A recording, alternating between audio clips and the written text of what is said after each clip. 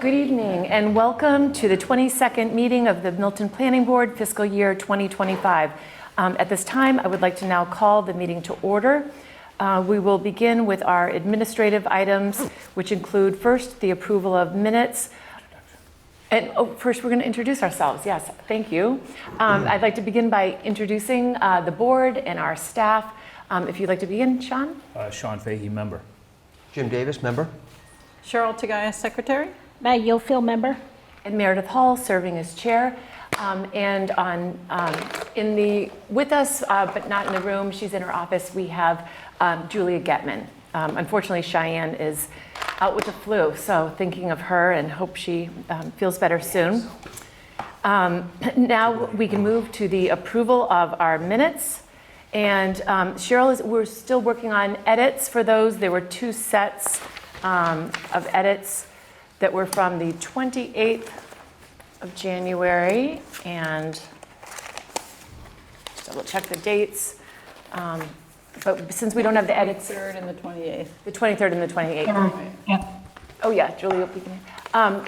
So since we're still working on the edits, they are not ready to be approved this evening. So I would ask for a motion to defer the minutes. So moved? Second? Second. Okay, all in favor? Aye. Aye. Thank you. The next discussion of the next meeting dates, we currently, we had to schedule a meeting for next Thursday, the 20th, which should be a very brief meeting.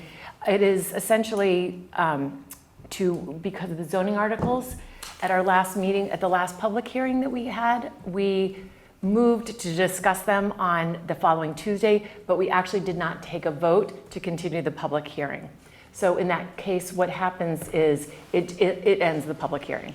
So we are going to simply, on next Thursday, reopen the zoning articles. We can't make any changes unless the warrant committee recommends that we make a change.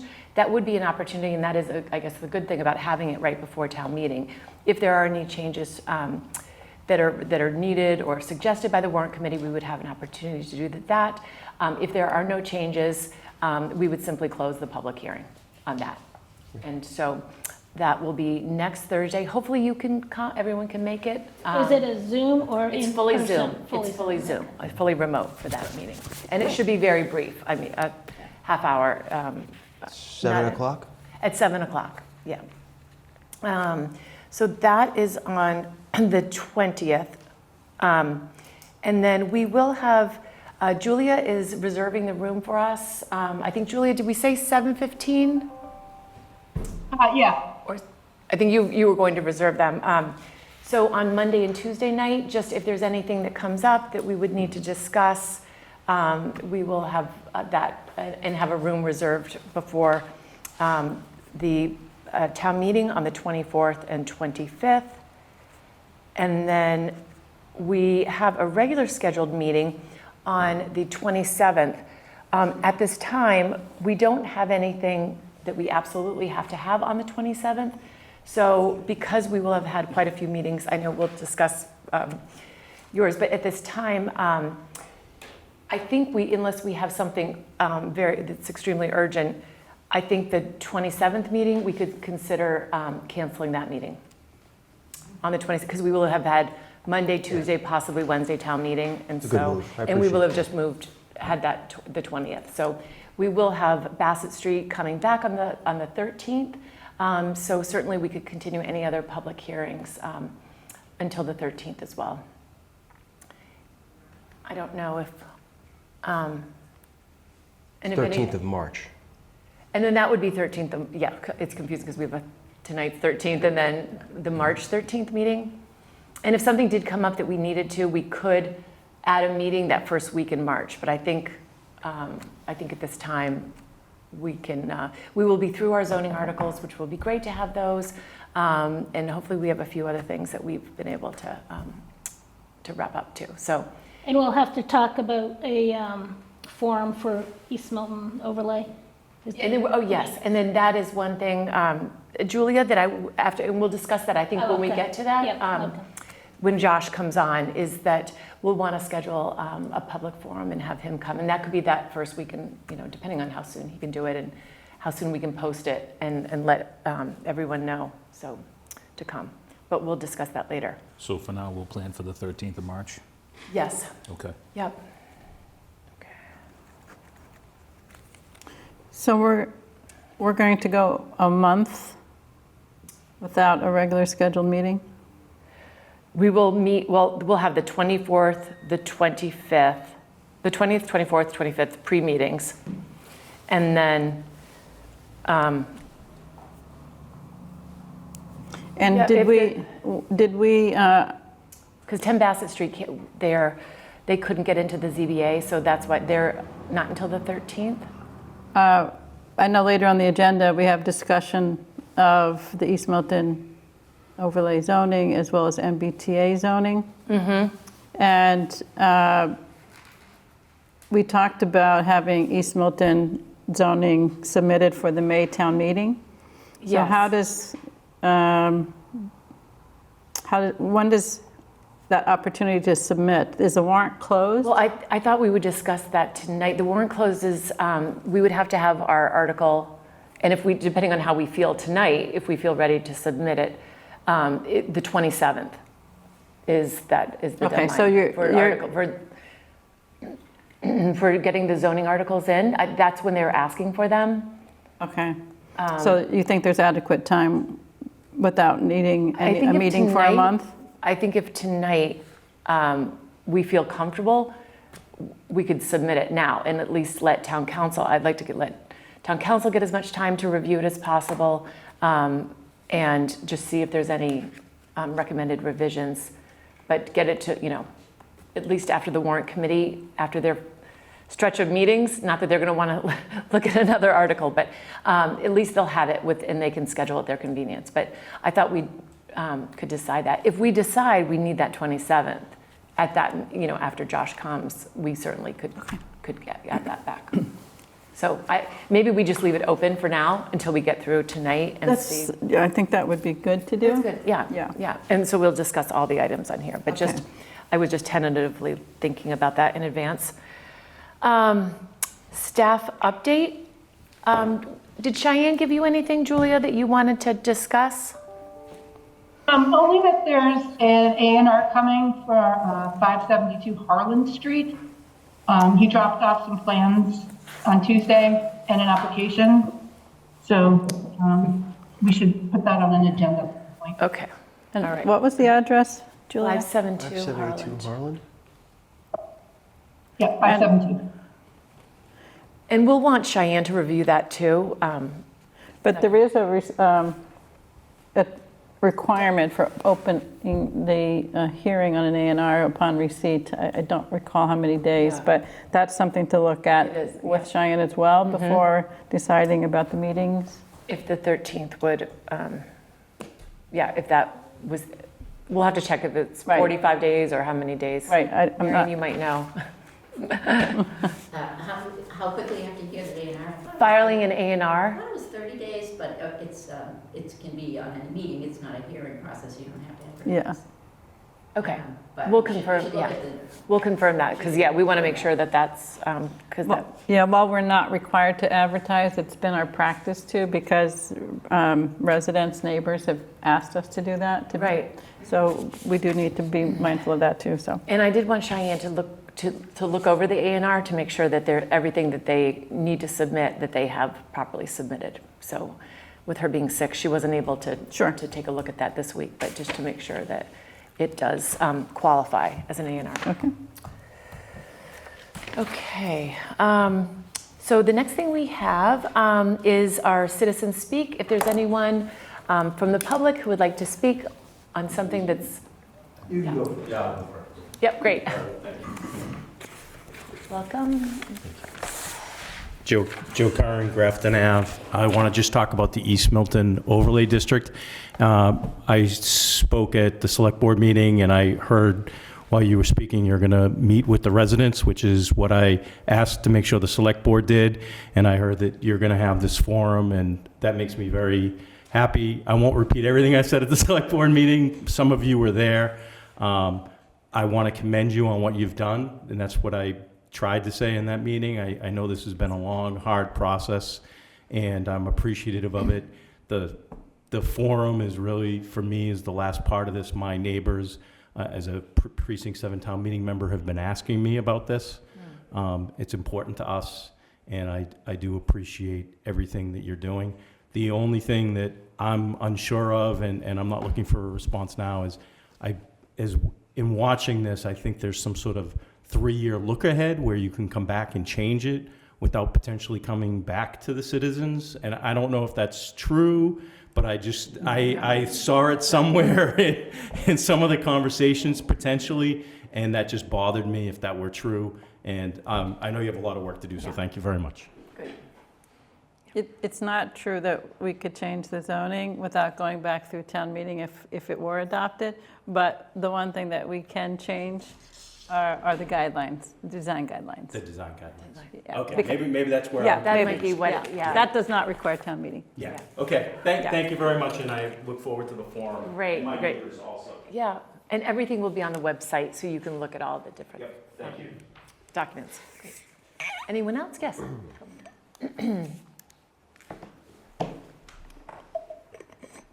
Brian Kelly, town meeting member from Precinct 7, 11 Hope Ave.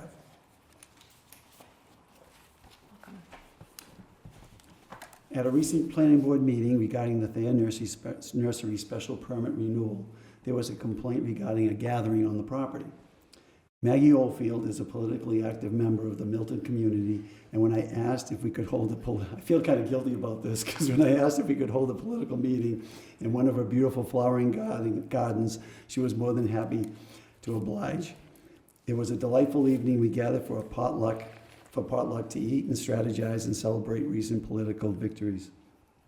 This was not a dance party. It was citizens with concerns about Milton's future. I am here because I heard discussion about perhaps requiring a gate or a request to require a gate at the nursery to stop unpermitted activities. I am here to speak against any such action, as it could very well impede our civil rights to gather. It may be possible that the complainant does not share some of our political views and is trying to stop us from gathering. I don't know if that's true or not. Someone did call the police, and they came and they left without an incident, and we continued our meeting. The right to political gathering is a fundamental aspect of civil rights, primarily protected under the First Amendment of the United States Constitution. This amendment ensures the freedom of assembly, allowing individuals to gather peacefully for political purposes, express their views, and petition the government for a redress of grievances. From a civil rights context, civil rights are designed to protect individuals from discrimination and ensure equal participation in political and social life. The right to assemble is a vital part of these protections, allowing citizens to engage in political discourse and advocacy. In Massachusetts, local zoning laws are governed by Chapter 48 of the Massachusetts General Laws, which give cities and towns the authority to adopt ordinances and bylaws to regulate land use. However, these laws generally cannot prohibit political gatherings outright.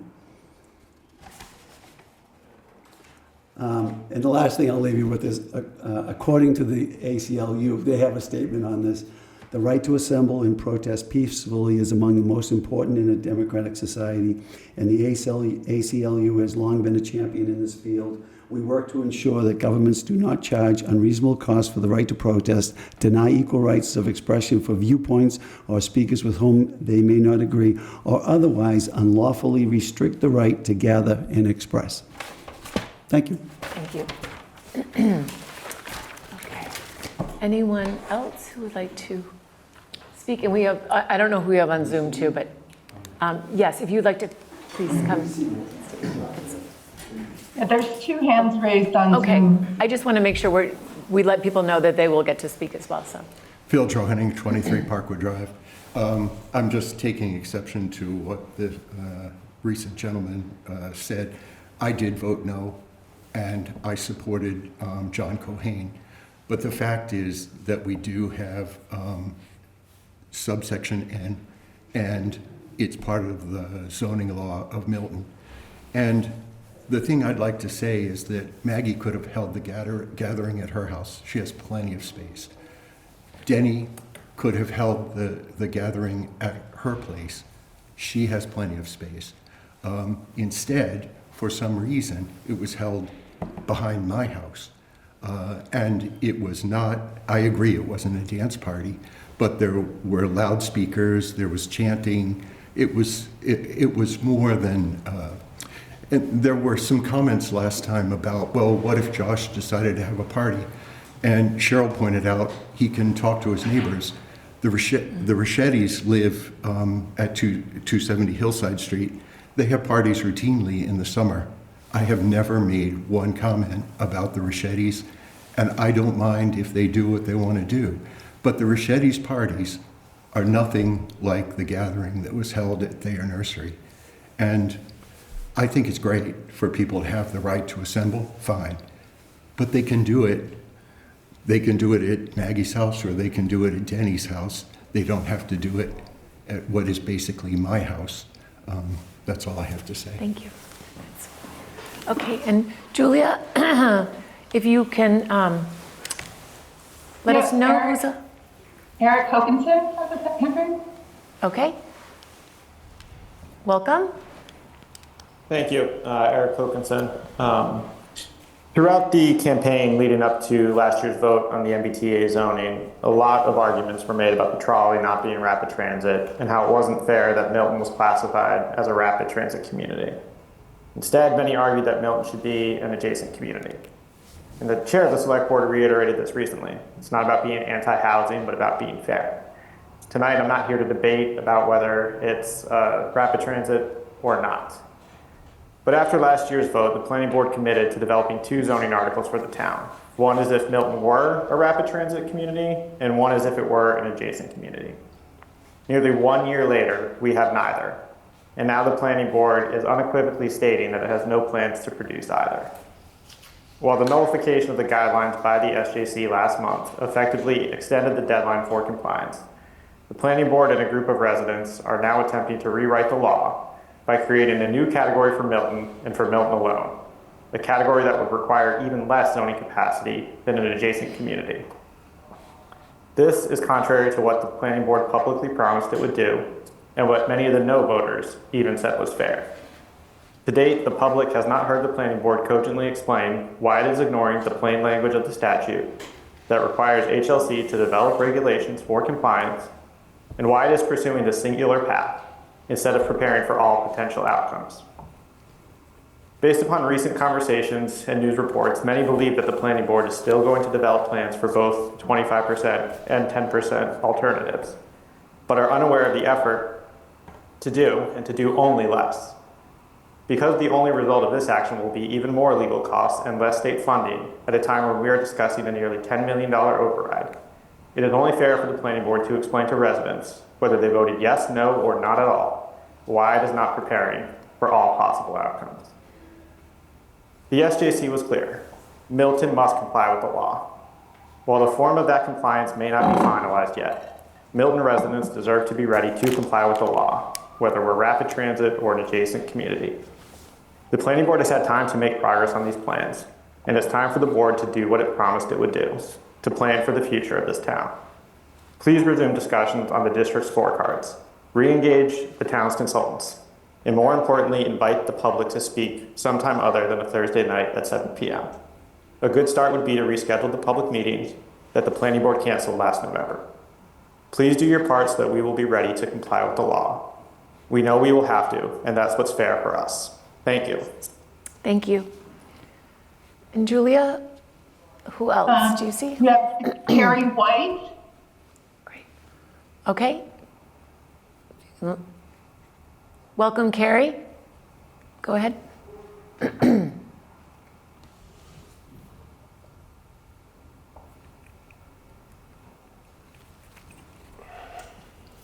I believe you're still muted, Carrie.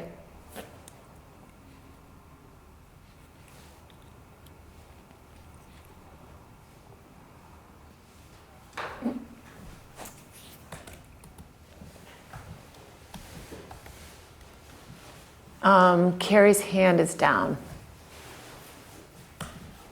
Okay. Julia, do you see her hand is down now? Yeah, her hand is down. Okay. We have Douglas Hine, his hand raised. Okay. Welcome, Doug. Good evening, everybody. Doug Hine, 453 Elliott, Town Meeting Member, Precinct 2. I know we've got the action plan deadline due in about 4.5 hours. Don't think we're going to make that, but that's actually not why I wanted to say a few words today. I want to pose a question, and this is not rhetorical. It's a legitimate question that I want each of you to kind of hold in your own hearts, and that is, do you acknowledge the possibility that at some point in time we may be required to comply with a zoning scheme that categorizes us as a rapid transit community? And like I said, that's not a rhetorical question. The reason why I'm asking something, I guess, so basic, is that I've got about 22, 23 years of being an attorney under my belt, and it's very common for clients of mine to come into the office and want something to be true so badly that they simply can't acknowledge the possibility that the outcome they desire is not what's going to happen. And I think there's no question that the supermajority of this board, feels that the HLC guidelines are unfair, improper, illegal, and I have some real deep reservations about them as well. I've been pretty vocal about the fact that I don't like what's going to happen to my street if we have to have a plan that complies with the rapid transit community designation. But be that as it may, if it's the law, it's the law. What I'm suggesting to you all is that we need to be realistic about the possibility that we're going to be forced to take action at some point in time. Eric said a lot of the points I wanted to make about going forward and drafting a plan that complies with a rapid transit designation. And also, it doesn't limit your ability to draft alternate plans that either have us as an adjacent community or something entirely different. I certainly don't think it's a bad idea to have different options on the table.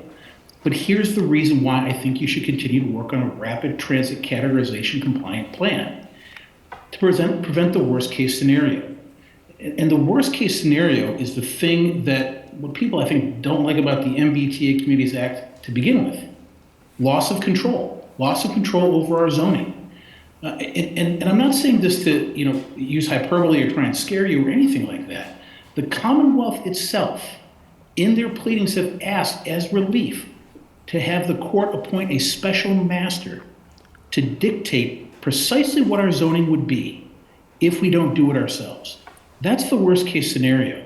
And it's something that really should concern this board and this town. And I don't think people are worried about that possibility. That's why I started off by asking the basic question: do you acknowledge that's a possibility? It is. And something that grave you have to guard against. The only way to do that is to go forward with a rapid transit plan. That doesn't mean that you have to put it to a vote at town meeting. It just means that you have to have a plan ready to go. Because if you don't, and if the worst case scenario does happen, and if a special master is appointed, that person might look to the past to find a compliant plan. And by that, I'm certainly referring to the one that passed town meeting, but then was ultimately defeated by a townwide vote by a significant margin. I think the residents of East Milton should want you to come up with a rapid transit plan, compliant plan. The work that's been done over the past summer, I think, were steps in the right direction and addressed a lot of the fears from that section of town and took a lot of the newly zoned housing out of East Milton, away from the on-ramp, and put it in different parts throughout town. But if you don't go forward with that plan and at least have it ready to go, if a special master gets appointed, the folks at East Milton might be looking at you and asking, well, why didn't you have an alternate plan ready to go? And certainly when doing that, whether it's drafting that plan or alternate plans, have community meetings. Let the public know about what you're thinking, what you're trying to do. I think that's the best thing that you can possibly do to guard against that worst case scenario. And I've kind of accepted the fact that there's going to be some form of litigation in this case. I think there's just no two ways about it. I think, I wouldn't be surprised if we get sued in the near term over this emergency guidelines and the action plan. I think that would be kind of a dumb suit, but because it doesn't get at the real heart of what I think people have a problem with the regulations. But those chips are going to fall where they may. Guard against that worst case scenario. You might not want it to happen. You might not think it's going to happen. I have life insurance. I hope I'm around for a long time, but I pay those premiums every year because you got to guard against the worst case scenario. And moving forward, drafting a variety of plans does that. So I'd urge you to continue that hard work that you folks Thank you, started. Doug. Thank you. That's good. Okay. All right. I think it's time we should move on at this point. I think that was everybody. Next item on the agenda is our East Milton Square zoning with MAPC. And Julia, do we have Josh with us? Is Josh Yes. Yep. here? All right, so we can invite him in.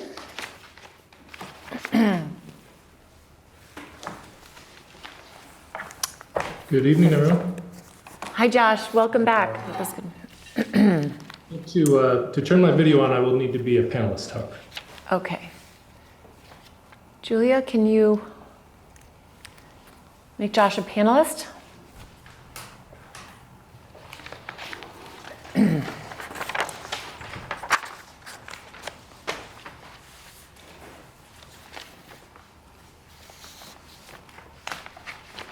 Oh, there you are. Okay. Great, thank you.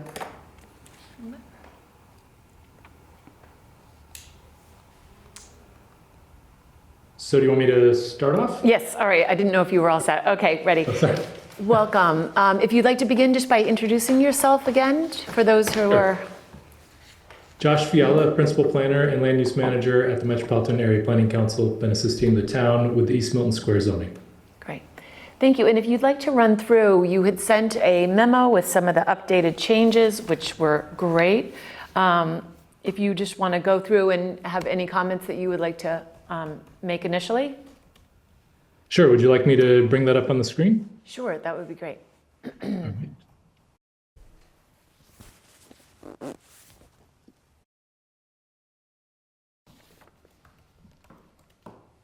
Okay, here's the memo that I prepared based upon the conversations, I believe in the last two planning board, maybe not the last two consecutively for the board, but the last two which I have joined you with. And these were changes to both the commentary memo, the zoning language itself, and the East Milton Square design guidelines document. I would say relatively minor comments and changes overall, but I think some important following up on important conversations that we had together. Let's see if I'll just touch on some of the more consequential, fewer typographical type errors that we don't need to go over again. We did add an additional purpose statement at the suggestion of the board to preserve and enhance the historic character of East Milton. We modified some of the language around the historic preservation provisions to clarify those and when the additional review would be required if deemed historically important, making that clarification in the language.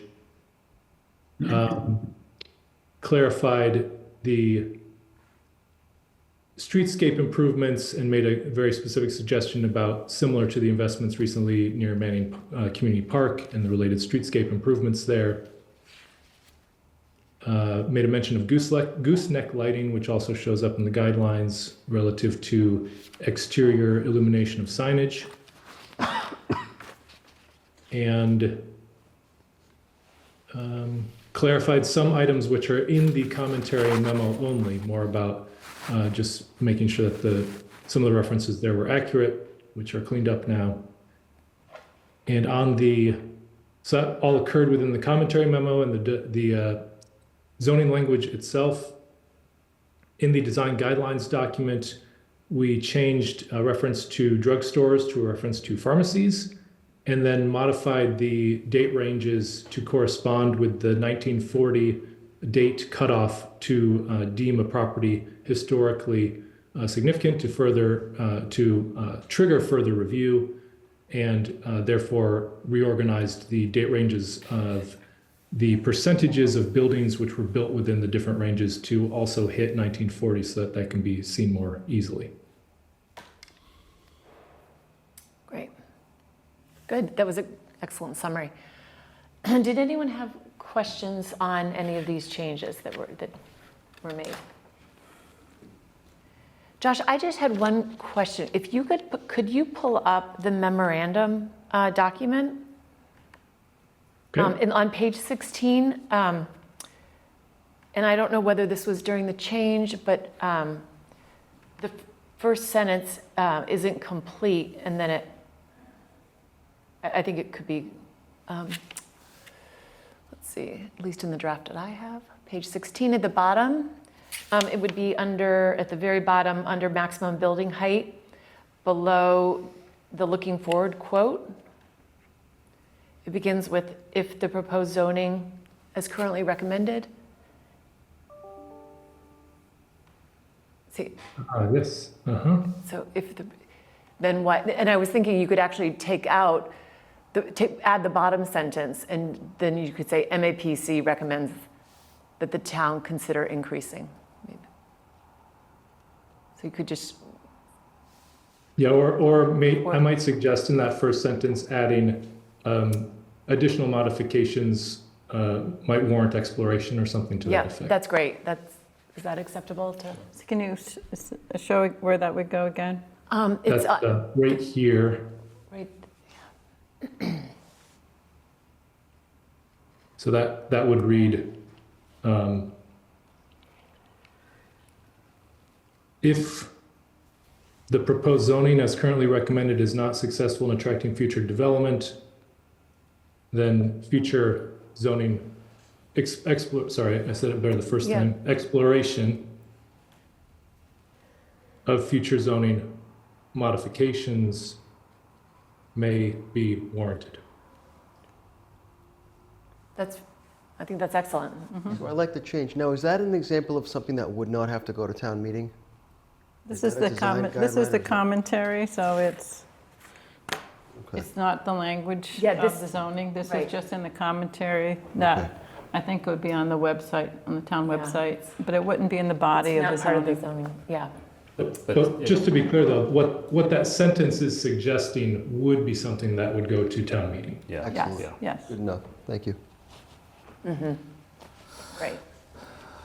Josh, I just have one question, and it just kind of surprised me.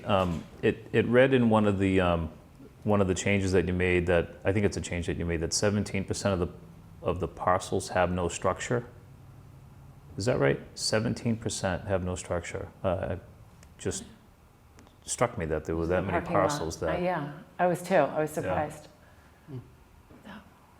Yeah, I think the parcel lines may not exactly correspond to how people perceive like whole properties. I think there might be some portions of a property may, for example, be split into two where the parking lot, for example, is actually technically a separate parcel, Okay. which adds to that percentage.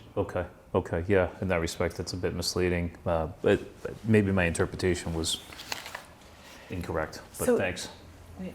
So Josh, then, not to avoid being redundant, this last sentence then says, then MAPC recommends that the town increase, which I would like to say, consider increasing, because I don't think it's absolute. We would consider it. But is that redundant to the first sentence? Then MAPC recommends.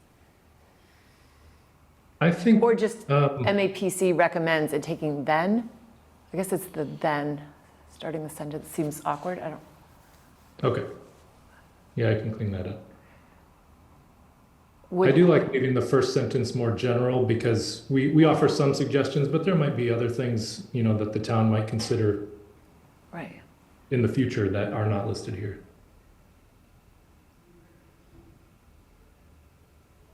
MAPC recommends that the town consider increasing. Would then, let me see, would then recommend? MAPC would then recommend?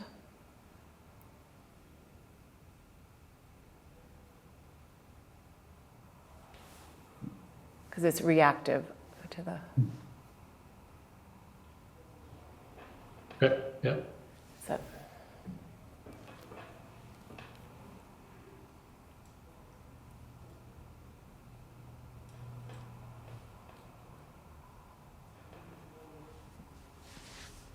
considering.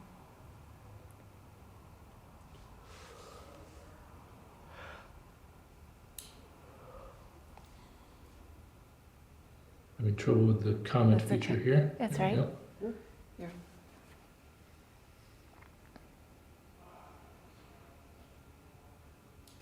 Okay. Yeah, Got to it. consider. Yeah, that's, okay. Because sometimes those reports come back or those comments come back and, It didn't So- capture. Yeah. didn't- Yeah. Well, he's got it just as a note in the side. yeah. Yeah, I've got That's them great. here. So Okay. yes, sorry, I'm in a PDF right now, not the Word document, so it's not, I can't live edit, but Got it. Okay.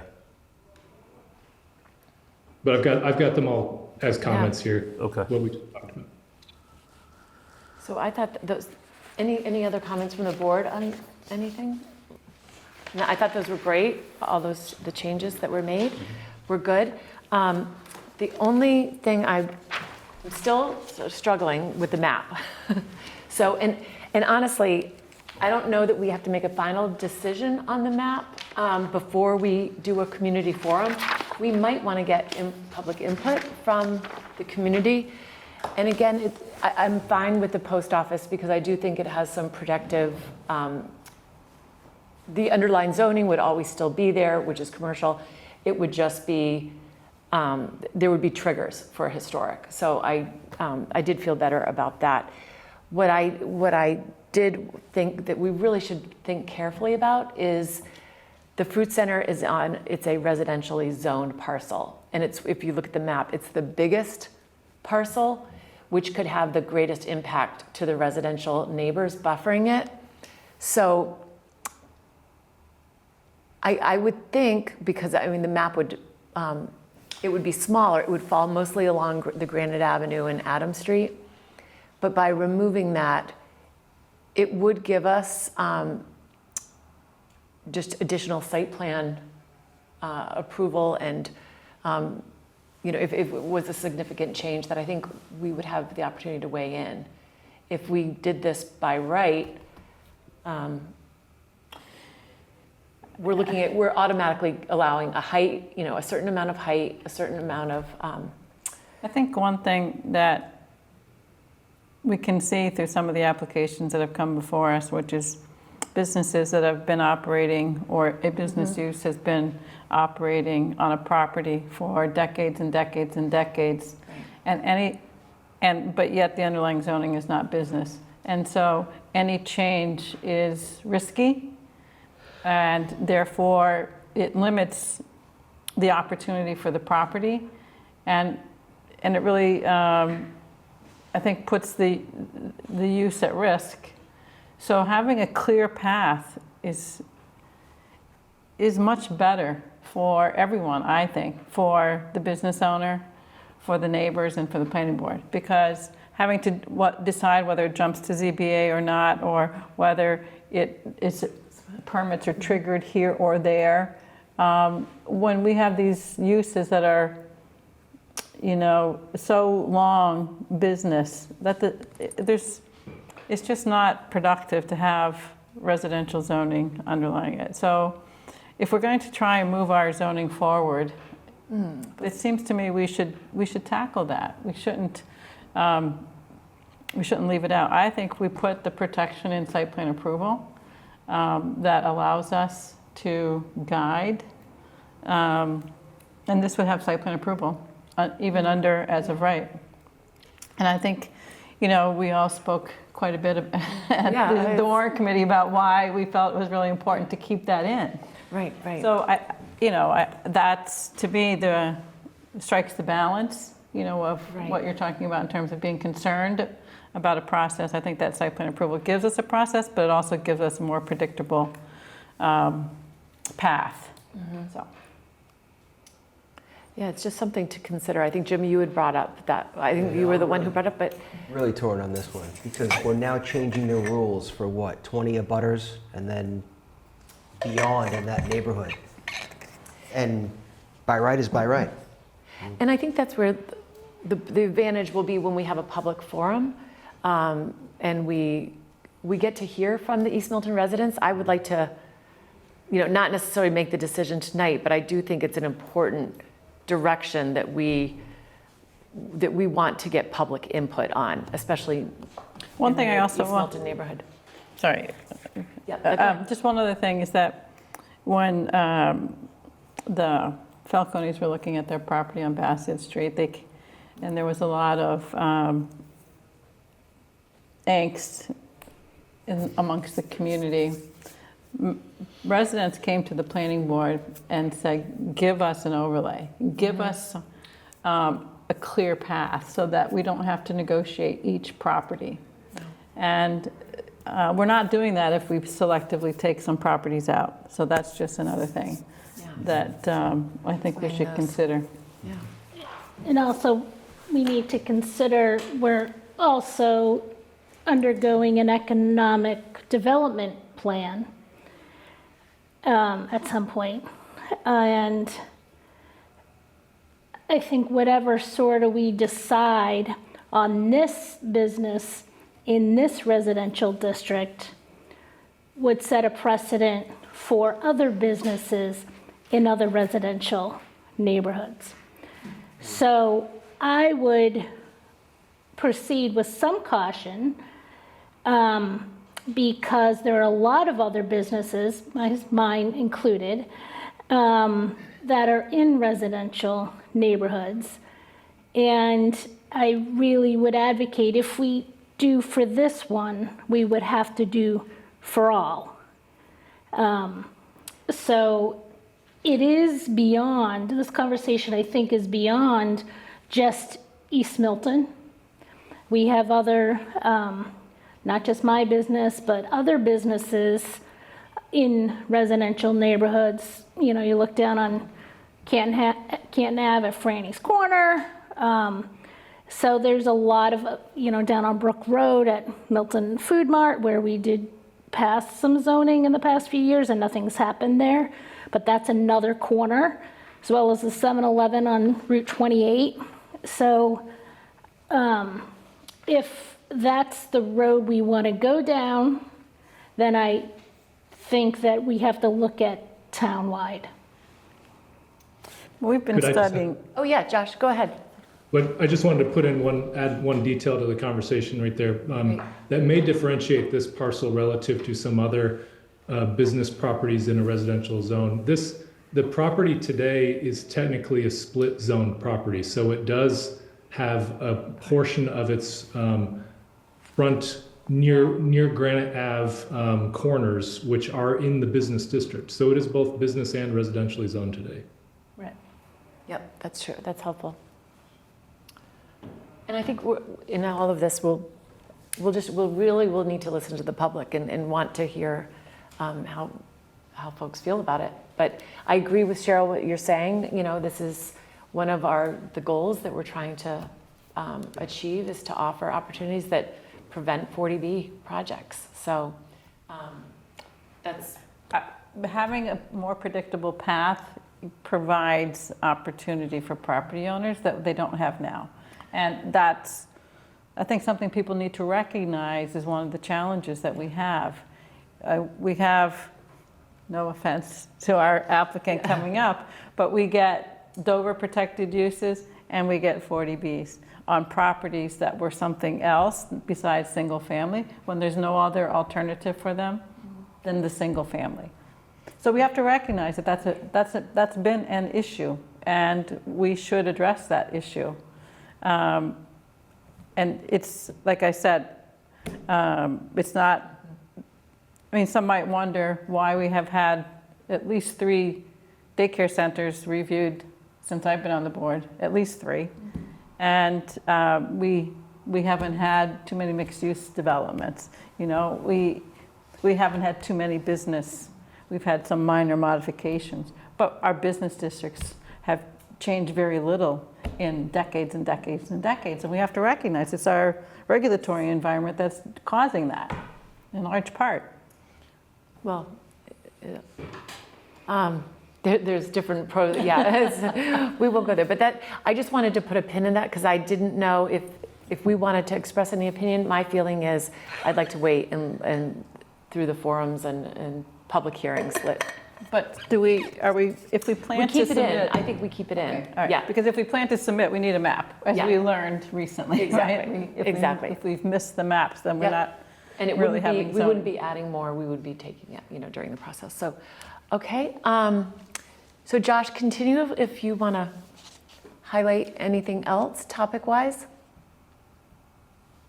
I think that was it. I think that the map was, we have discussed previously, and it sounds like the board is comfortable enough perhaps to, as you just discussed, take it for further discussion, final discussion with the community. And if depending on how that conversation goes, we can make some revisions. But proceeding with, I would say that if the desire is to submit a package to get it in line with the warrant, I think you have a package which is ready to do so, and then can be subject to further final adjustments.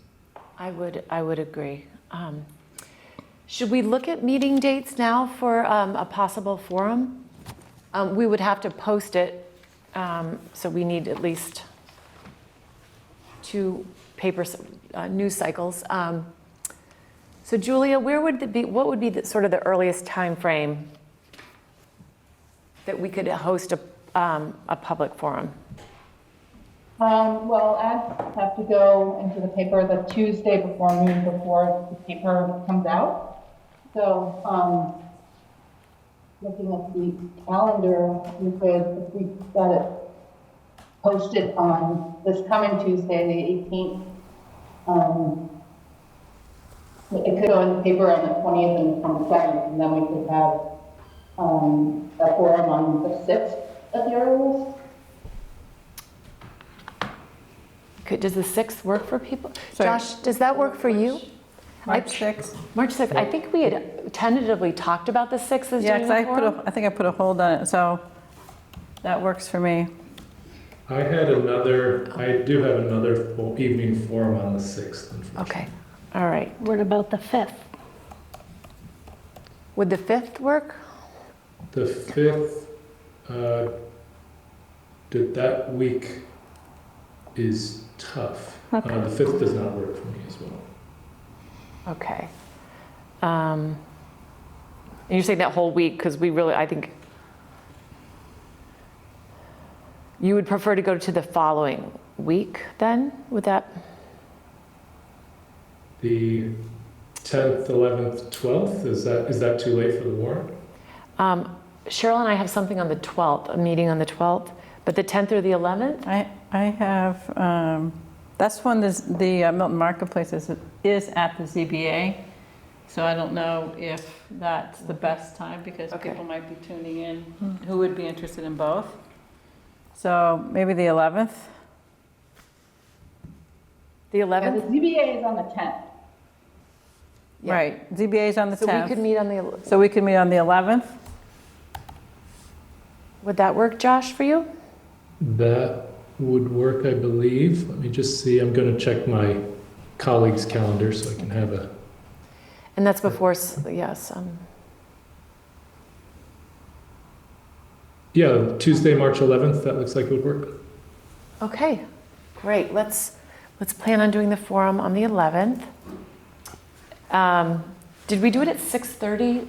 I feel like we did it a little bit earlier. I think it depends which room it's in. Like if you do the library, you probably want to be at 6:30. If you do the... I think we had wanted to do it back at the Arts Center. At the Arts Center, right, okay. So we definitely would need to check their availability. Yeah. All right, why don't we do that, Julia? Can you tomorrow morning, if you have a chance, check the availability at the Milton Arts Center? Sure. And then send an email confirming with Josh and the board? Sure. Yeah, I'm sorry, we're shooting for 6:30 or 7 at the Arts Center? 7 would probably be better for people to get home from work. Okay. So 7 p.m.? Okay, and would your second choice be the library? I think so. That the library would be the second choice? Yeah. Yeah. Okay. That would be good. Great, Josh. You did a wonderful job with that last time, so That'll be Thank great you. to have you back for that. Does the board have any suggestions or preferences about the format of that meeting? A presentation, I imagine, but do you have more of an open house or Q&A, or what do you think the community might best benefit from in terms of form? I kind of like the same as last time with the survey and people were able to. Well, at this point, though, we're further along in the process, We so. sort of have our plan to present, and we will have already all right. submitted it to the warrant committee. Oh, Just for review, just to start looking at it. So Or town council. I guess the question is what, the goal of it is just to get feedback and allow for some revisions depending on the feedback. I think one thing I would suggest, if you think about the people who went to the last forum and didn't tune into the planning board meetings since then, is kind of bring them back up to speed to how you took the feedback and you adjusted the zone, or you drafted the zoning based on that feedback, based on all the content that you, and the comments that you received. Because that's what you told us, right, some time ago, and then we've reviewed it a couple of times. So I think it's just bring them along, bring people along to where we are today from there. And I think we set the table that we've been at this a long time and we've taken a lot of feedback and we have some opportunity for some additional comment, but we hope that they agree that it's ready to go to a vote. And so maybe we can send this to the East Milton Neighborhood Association and have them distribute it, especially with all the commentary, so they understand how we got to. I would also say to the Chamber of Commerce, because remember, most of these property owners are business property owners, not residential property owners. So they have, in my mind, they should have as much of a say as anyone. Yeah. And then maybe, Josh, we could run through the design guidelines, because I think that, just some pictures always help people, and you did a great job, putting together some examples, just sort of highlighting things, not going in detail. So one thing I might suggest too, because a lot of people may not be familiar with how the process works when we say something's as of right on a 3-story. Let's just talk about what that looks like once this passes. Somebody wants to come in and they want to do an application for one of these properties. What does this zoning tell them, and then what's the process that they would follow in submitting a project, and how there's opportunity for community feedback during that application process. So, because it can be very technical, and we're used to looking at zoning language, but for most people, it's. I think we want to explain what it does for them, what's beneficial, like I said a few minutes ago, about setting a process that's more predictable. And people's comments have already been put into this zoning, and so those would stay. They don't have to renegotiate all of those things on any application that comes in. I think those are the kinds of things that are important to communicate. And I think, I'm sorry, to support what your thoughts are, this type of language, and there's a lot that's been prepared here. It's overwhelming for someone who's just picking it up to look at it and trying to ascertain whether they're supportive or whether they have questions. I think what you're describing is probably how a lot of people will be challenged by this, but if Josh could do some examples, let's say, for example, and Josh create 3 or 4 examples of different projects that might, this might be applicable for, and let people understand whatever those particular projects might be, how it would work. Do you know what I mean? It would. I think it would be helpful for people, because an awful lot of people, there's a lot of information here that's just not part. This is part of your language every single day, but it's not. Not everybody has your professional experience and background. I think it'd be really helpful. What do you think about that, Josh? I don't think Sean's asking you to design projects. Not at all. I think he's Not at all. No, Josh. But for example, say if an applicant that wanted to propose this type of a project and describe something, and just create a few of those scenarios that residents could hear you explain, and they'd be able to recognize how this overlay would allow projects to be built. And maybe take, like the Milton Marketplace as an example. That's the largest piece in this puzzle.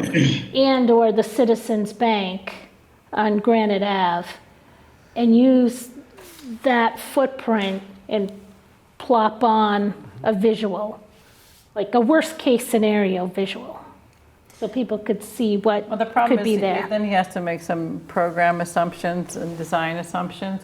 I think one thing you could do is take it and diagram out where the setbacks would be, what the building envelope could be, Josh. Maybe what the parking requirement would be if you reached the maximum floor area that you could build, something Yeah, like that. yes, yeah. I think you started doing that at one point when you were showing us. Santander Bank. Yes, exactly.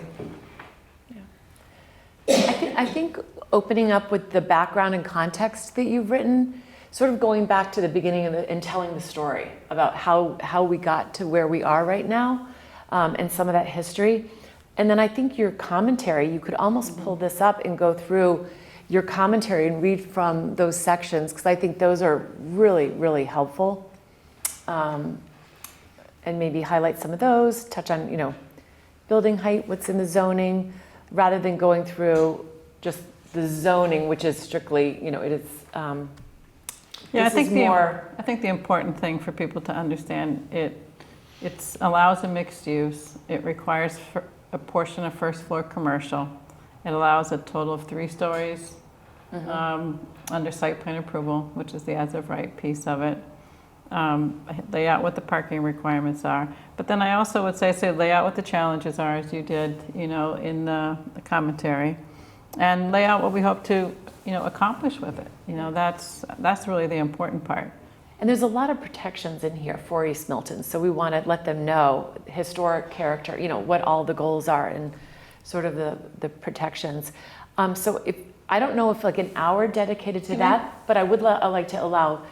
I want to hear from East Milton if we can at that time, and allow them, maybe the first hour we present an overview and then open it up for questions for the residents. So one thing, just thinking about having watched and heard select board meetings recently and discussion of an override, and hearing people comment about our structural deficit and lack of commercial tax revenue. One thing you can think about is kind of what kind of economic opportunity might this unlock in East Milton? I think that was one of the early drivers of this too, is that our business districts aren't contributing a lot to the overall revenue of the town. So in part because our zoning really doesn't, has so many restrictions, it's pretty difficult to redevelop any of the properties currently. So how, Josh, you did a build out analysis in Milton Village where we kind of estimated how much commercial space and how many units might be yielded if, certain percentage of the property did change over. Is that a complicated or time-consuming thing to do at this juncture? Or is there something that could give us some estimate of what the opportunity this zoning brings from an economic development point of view? They typically are a bit complicated and quite dependent on the assumptions that we make in terms of development program and approach to the various properties. And it's unclear whether or not that effort would be helpful, because it's not, as I think we've discussed this at length in other circumstances, but the difficulty always with build-out analyses is that it compresses what is typically an incremental and long redevelopment and reinvestment process in a district to a single number, and it gives the impression that that type of change will happen overnight or with the flip of a switch or the approval of zoning, and that is not in fact how real estate reinvestment and redevelopment works. It will take years, if not decades, for a a substantial build out and reinvestment to occur, even with the zoning changes that we're Okay, so But I contemplating. think we can talk about it, But- that is an opportunity. But what about, like, if you were going to pick like 2 or 3 properties, like Sean suggested, and you would at least do the math to determine what that new development program might be, then we could look at what that might generate from tax revenue as compared to what's generated now, and just use one example, or 2 or 3 examples, you know. So the concern that I have with that is similar to the concern with RKG's analysis with MBTA zoning, was just, this is for mixed use, and they assume a fewer amount of kids in our school system. So that's what I'm a little bit hesitant. I've listened to conversations about new growth in the town, and even when I talk to the assessor, they're always talking about, oh, this is new growth, but they never really project new expenses. So there's always a trade-off for new growth. So that's why I'm a little bit, so I'd like to see the revenue part of it coming in. But we have to also be realistic, since we are creating the opportunity for new housing, more housing. There just would be more expenses too. All right, so maybe that's just something that we can talk about without quantifying, maybe? Yeah. Okay. And I think the language that's in here is good, Yes. that Josh has written on opportunities in that area. So Great, so, I think I'm comfortable tonight advancing the article for the Maytown meeting. I would make a motion. I'll make a motion to submit the East Milton mixed-use overlay zoning. Did we call it a PUD, by the way, Josh, on this one? No. Okay. No.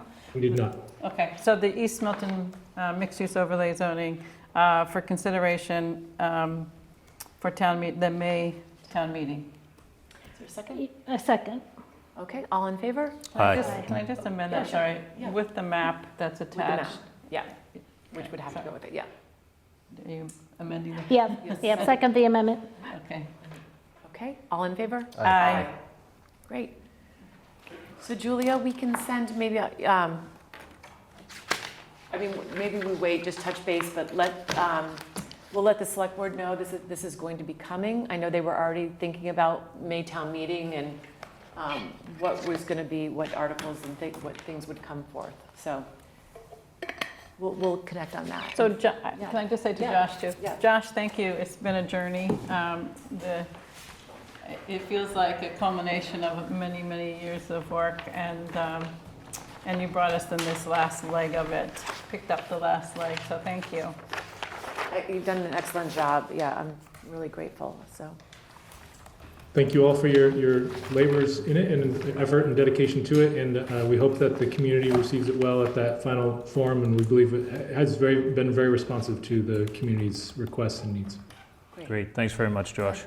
thank you. Thank you. Have a nice evening, and we'll confirm with you as soon as we hear that Milton Arts Center or what the location would be.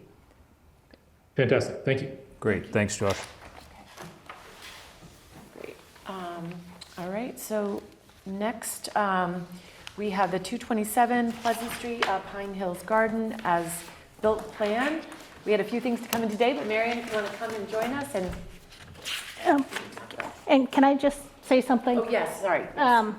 So I just wanted to let you know that I spoke with the State Ethics Commission today regarding the potential of an appearance of a conflict of interest, because my business has hired Attorney McGetrick and has hired the engineer DeSalle Burke, who is involved in this agenda item. Ethics suggested I file a written disclosure, and I did that today with the town clerk, and I'm just publicly stating that. And they said, because I do not have any financial interest in this agenda item now, that I'm able to participate in this discussion. Thank you. Great, thank you. And welcome, Marion. Nice to have you. Good evening, everyone. Good evening. No, I'm just here tonight to talk to you about an as-built plan for 227 Pleasant Street, which is Pine Gardens Development. It's a small development with pretty big houses.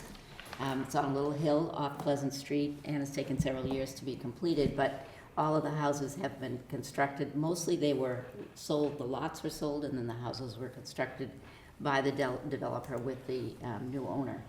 And each house has an occupancy permit and is occupied. We did finally have to sell Burke finish an as-built certified plan. The as-built plan shows the lot layout, shows where the roadway is, shows where the utilities are, the drainage systems. It's not all of the pages of the plan for the subdivision, but it's important. And one other thing that had to be done with this as-built plan was the scale had to be changed for this plan because DPW didn't like the scale they used in the original plan, and they did do that.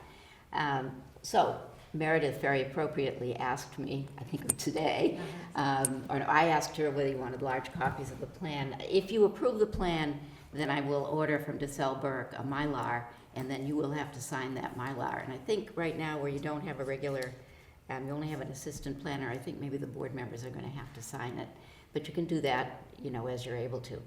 So the question from Meredith, though, was, do you have a letter from DPW or a letter from the building department, whatever it is that you need at this point?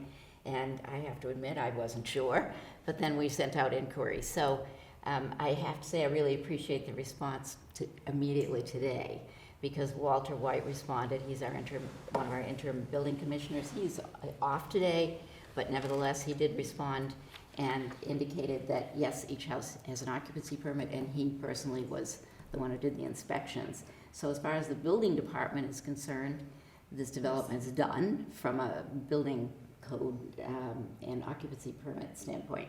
Then the next question was to the DPW, and it's kind of a town engineer DPW question. And right now we have a DPW director, no town engineer, but she was the town engineer. Yeah. So again, she was very nice to respond because she's out, she's ill, but she nevertheless did respond. She provided a letter to the board, and if you haven't had a chance to look at it, I can read it to you. It's one page. So, and she also said that she's looking for a grant of easement, which is correct.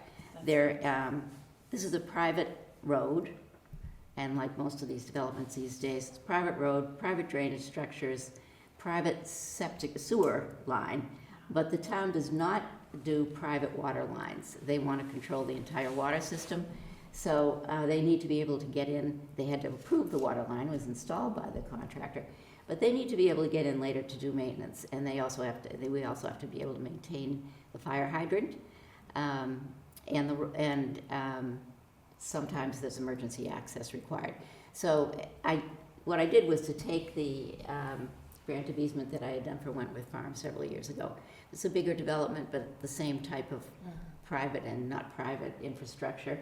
And I sent a draft back to Marina to review. She may not have reviewed it yet because we kind of crossed. I sent the easement, she sent the letter saying I'm going to be looking for that. I also sent her a copy of the Declaration of Trust, because the Declaration of Trust explains in detail that all the things Marina expressed concern about here are private. So the drainage system is private, and all parts of the drainage system. The sewer lines are private. The road is private. The light is private. Those all have to be maintained by these 5 homeowners. And when we do get an as-built plan approved, I'd like to record this grant of easements before this happens, but the homeowners association is supposed to take over management, and then they will become responsible, for example, for plowing. So the developer is still doing the plowing. So of course he would really like to be able to hand it over, but it's, the grant of easement usually has to be reviewed by town council. Then it comes back to the town administrator, and at the next available meeting, I believe they still do it this way. The members of the select board have to approve it, and then they sign it. But what I like to do is to have a document ready for signature. So if town council's approved it, then we provide that document, they sign it at their meeting, then I could take it and record it, because I'll be able to get the grantor's signature ahead of time. So it appears to me that these sort of supporting elements are complete, and I managed to get a response, surprisingly, the same day that you asked. The only question really, for me at least, is on the plan itself. Do you have any questions? And do you have that so that you can look at it on your laptop? Or, I'm sorry that I Pull it didn't. up. I asked, my original inquiry Do was. you want to share it? No, that's okay, unless, I will if you have a question. So, So what would you regarding like to know? the easement, is that reflected on the plan? No, the easement is recorded at the Registry of Deeds. But it typically would not be on No, I don't. the plan that we I would be suppose, signing off on? well, I could ask them to put, actually, I don't have it recorded yet, that's the problem. Yeah. If I get it recorded, and maybe that would make sense, let me make a note of that. I can have the engineer put a note on the plan, That would be, I think that's the helpful. grant of and easement. Just That's a good whoever's idea. looking at that. Just for the water, plan though, later. not for the gas or the Well, sewer. it's to the recorded grant of easement, and then this is the grant of easement, which I'm supposed to pass out to you, but I didn't, so that you, just so you can see what it says. This is just a draft, hasn't Sure. been approved, Grant of but easement. there are 2 copies and 1 more, and I have one here. I think, yeah, I think I so- already have this.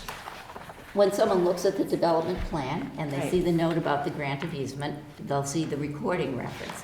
They look it up, they read it, they know if they're buying from one of these first buyers, they know what the easement says. Right. And then there are, the grant of easement actually references a number of other documents, like the subdivision plan, like the subdivision control approval decision.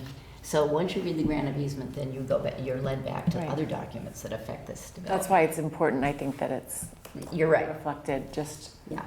And I think I was that, selling a house on that lot, and you wouldn't know about the easement, and then you'd have to go try to track it and Right. find it, so if you're satisfied generally with the as-built plan, I would not be returning with a Mylar until I have the engineer put that note on. And it might take a little while because I want to wait until I have a recording reference. That would be great. So I hope that the developer will be understanding of that, but we just have to do it that way. Yeah, but it sounds like everything's just in great shape and ready to, and it's a great, glad that all the homes are sold, and it's a good project.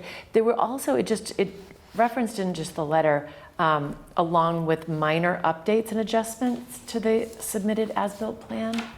Do you know what those minor updates were? Let's It's see. in the last, Yeah. second to last paragraph, last sentence. And is that anything that should also be reflected in the plan?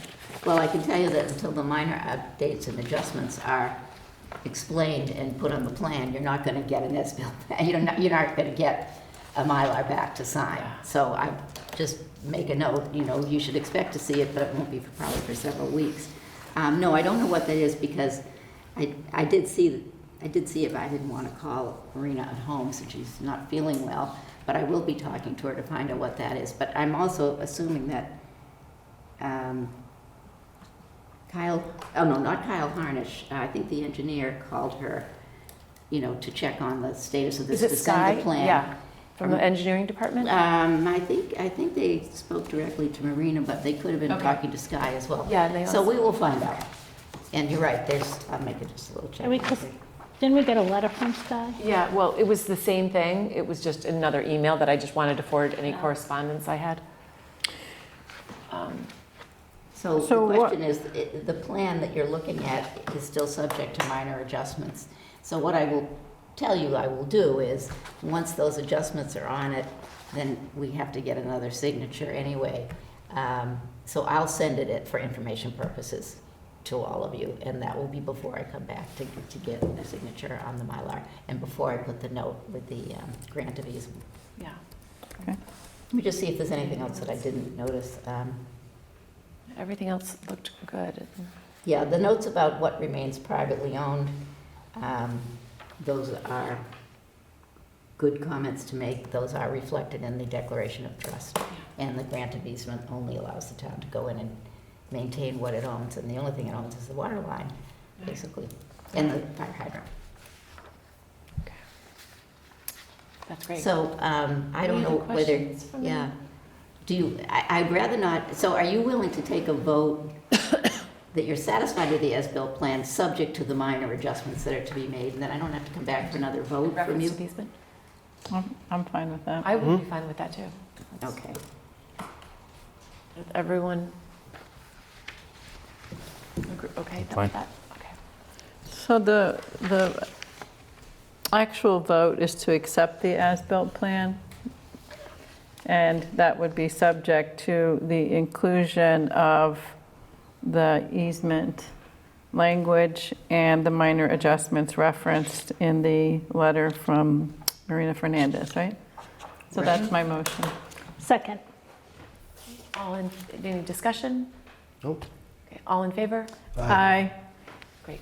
Thank you very much. Thank you. Thank you. I'll just review the notes in here, and if I think there should be more notes related to the approvals or anything like that, Right. it'll all be in there. So Okay, it's too great. small for me to read right now, but I'll make sure of that. So thank you very That's much. great. Thanks for Good. meeting with me tonight, and I have the way forward now, so that's helpful. Perfect. Thank you. Thank you. Okay. So on our agenda next, welcome. We have our public hearing continued on site plan approval for 0 Blue Hill Ave, parcel B, 7-5, continued from January 23rd. And welcome. If you just want to introduce yourself again for the public, that's great. Yeah, absolutely. Chris Fazenden with Viking Development. Here about Milton Avenue, 0 Blue Hill Ave. Yeah. I'll happily share my screen if Julia wants to promote me. And then all of our consultants are on the Zoom link, should be civil, Okay. architectural, and traffic. Great. Julia, can you, Yeah, it looks like she got she's me. getting you on. Yeah. Okay, good. And again, thank you for submitting your materials I know. in advance. Yeah. Appreciate Yeah, that. you've been great. We've all been complimenting you for just how it's very Process has helpful. been helpful. Okay. So, as that loads, there we go. Last time, the conclusion of our meeting, there was a comment that we were getting close, and that got me excited. So we went back and we looked at some of the comments and takeaways, looked at the details, and it does feel like we are getting to those last little things, so I'm excited about that. With that, I'll say that I would like to set a goal for myself and maybe for all of us to maybe look at maybe a motion for an approval on this by the end with discussions of the last comments and any remaining comments. If conditions need to be discussed, that's completely okay, and I'd be willing to have those conversations. Just looking back at all of this, we started in August. We started with pre-app and neighborhood meeting, and neighbors attended the first meeting, and now we're here. It's been 6 months of back and forth coordination, incorporating neighbor comments.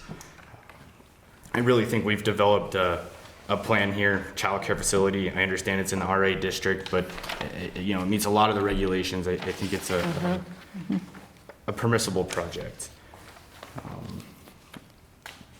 3 meetings ago, we went through a full redesign, shrunk our building down, added additional buffer space to abutters, increased our natural buffer to the right-of-way, moved our detention system underground, removed a significant amount of retaining wall, limited disturbance, earthwork quantities, tree removals. We've now been through a full peer review, 2 traffic counts. We've been through 3 reviews of a stormwater peer review. We're nearly complete on that.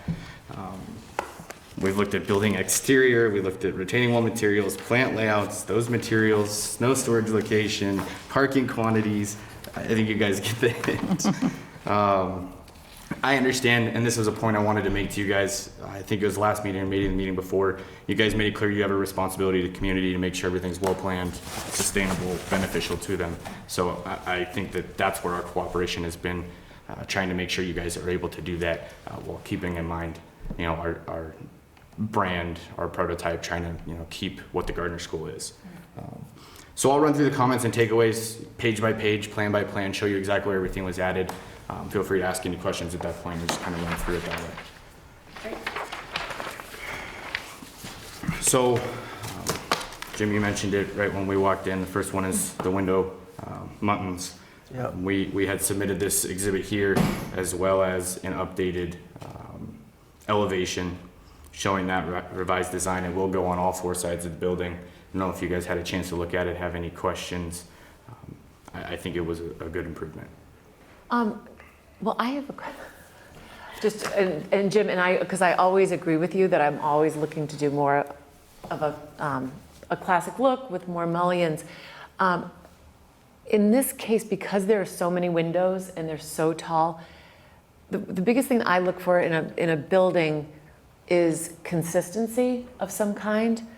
And it's almost like you have 2 different styles going on, which to me, it doesn't look like, it doesn't feel like a cohesive look.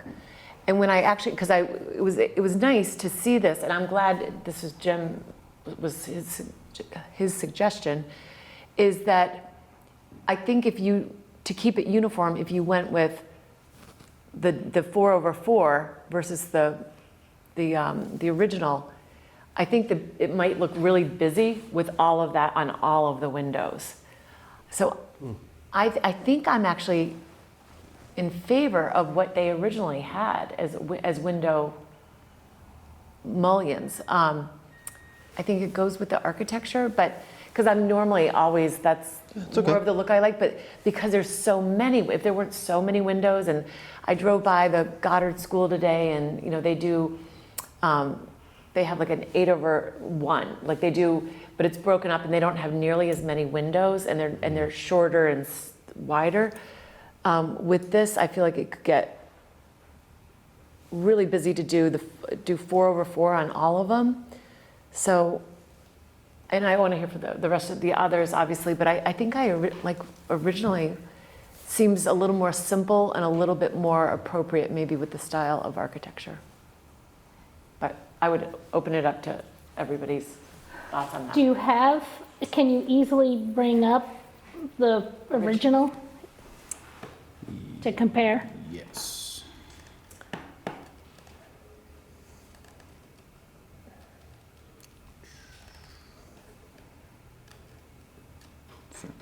Let's see here.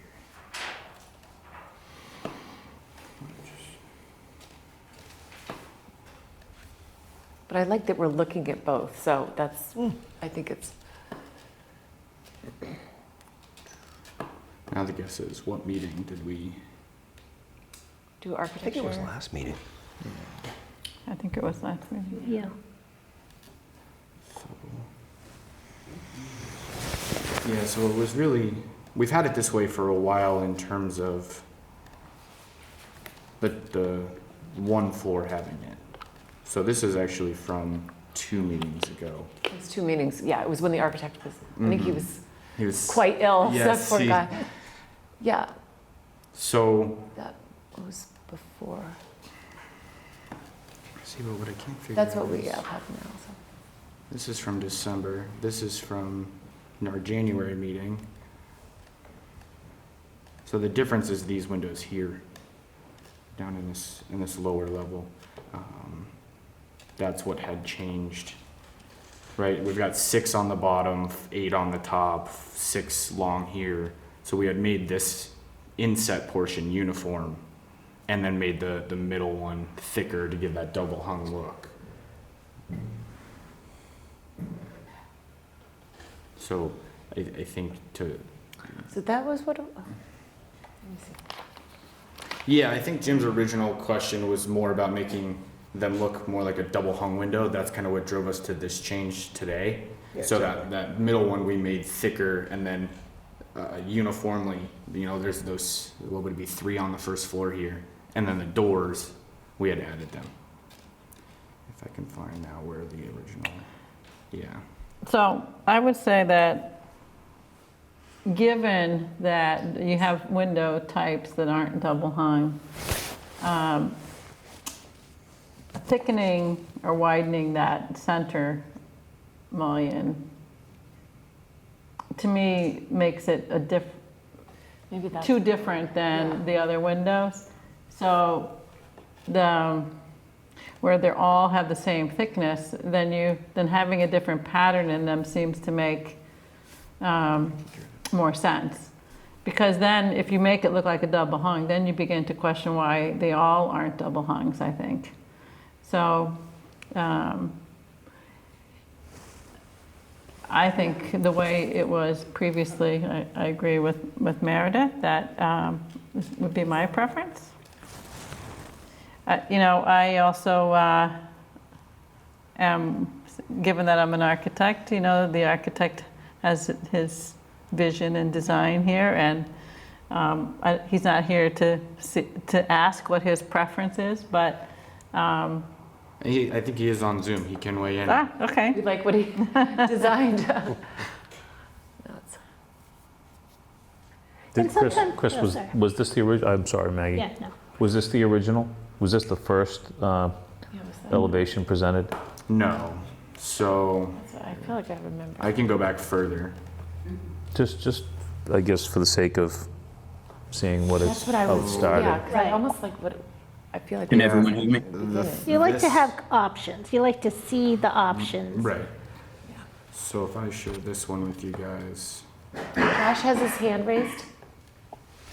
I think your architect might have his hand raised. Can everyone It hear me? does seem that his window type was aligned with his siding. He had a different design where he has vertical siding. Josh, would you like to add something? Can you hear me? Yes, now we can hear you. All right, wonderful. Yeah, so going back to kind of the design on what would be those double hung windows. So the way we created it, and still using the same system we have now for the best performance, is that we are essentially using a traditional mullion as the wider section. So it would actually match the outside of the framing. Those internal ones are actually much, much thinner. So it is essentially a different character than what you would see typically. I would agree that I think doing the two separate designs how we are now is a little busy. I would prefer to stick with one idea over the other. I don't know at this point that I'm dead set on either one. If we enjoy the double hung look, we can certainly do that across the board. But I agree, I think as a whole, it would make more sense to keep continuity throughout all the windows. What was the difference in what your very original plan was and what we're looking at? Very original. So the original was twice the size in a single story, if that's what we're referring to. But the windows were essentially the ones that are on the towers on the right and left. So That's what I remember. Can we try to find that? Just to. You want the single story one? It would have to be the single Yeah, story, okay. but And that's fine. I was just going back to when we transitioned to the 2-story. So floor plan and elevations. Let's see what we got. Josh, while Chris is looking at that, Yes. I want to make sure I understand what you said. Are you saying that for all the windows, you would prefer same window everywhere? in a sense, yes. So to create a little bit of proportion to this building, we do have different sizes in general. So the lower story is slightly smaller just because of the floor-to-floor ratio, and when you're standing there, they do not need to be as big to feel equal. So the second story is actually larger, but I think character-wise, it would make more sense to do the same design on both sizes, whether that's the double hung or what you're seeing here with the kind of lower and upper divider. Yeah, and that also would be regardless of what the siding style and material is, right? Same window no matter Correct. what. Yeah. Cool. Yeah. What's the overall length of the building from far right corner to far left corner? Let me see if I can pull it up. It's not very long. It's a relatively small building. 132 feet, 132. and I think 68 feet deep. Yeah. Correct. It is 132 by 68. If you think about 132 feet relative to, let's just say, an average home, That's what I'm thinking. it's a Yeah. lot wider than an average, longer or wider than Yeah. an average home. Yeah. So having these things where you're breaking down the scale into these what is it, like 5 volumes a little bit, and changing the material and the color and so for, But still, a colonial could be 30, right? The facade, about 30 feet, 32, 34, something like that? yeah. Yeah.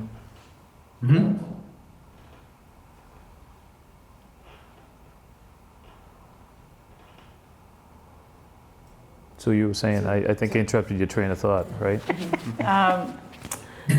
Yeah, for me, the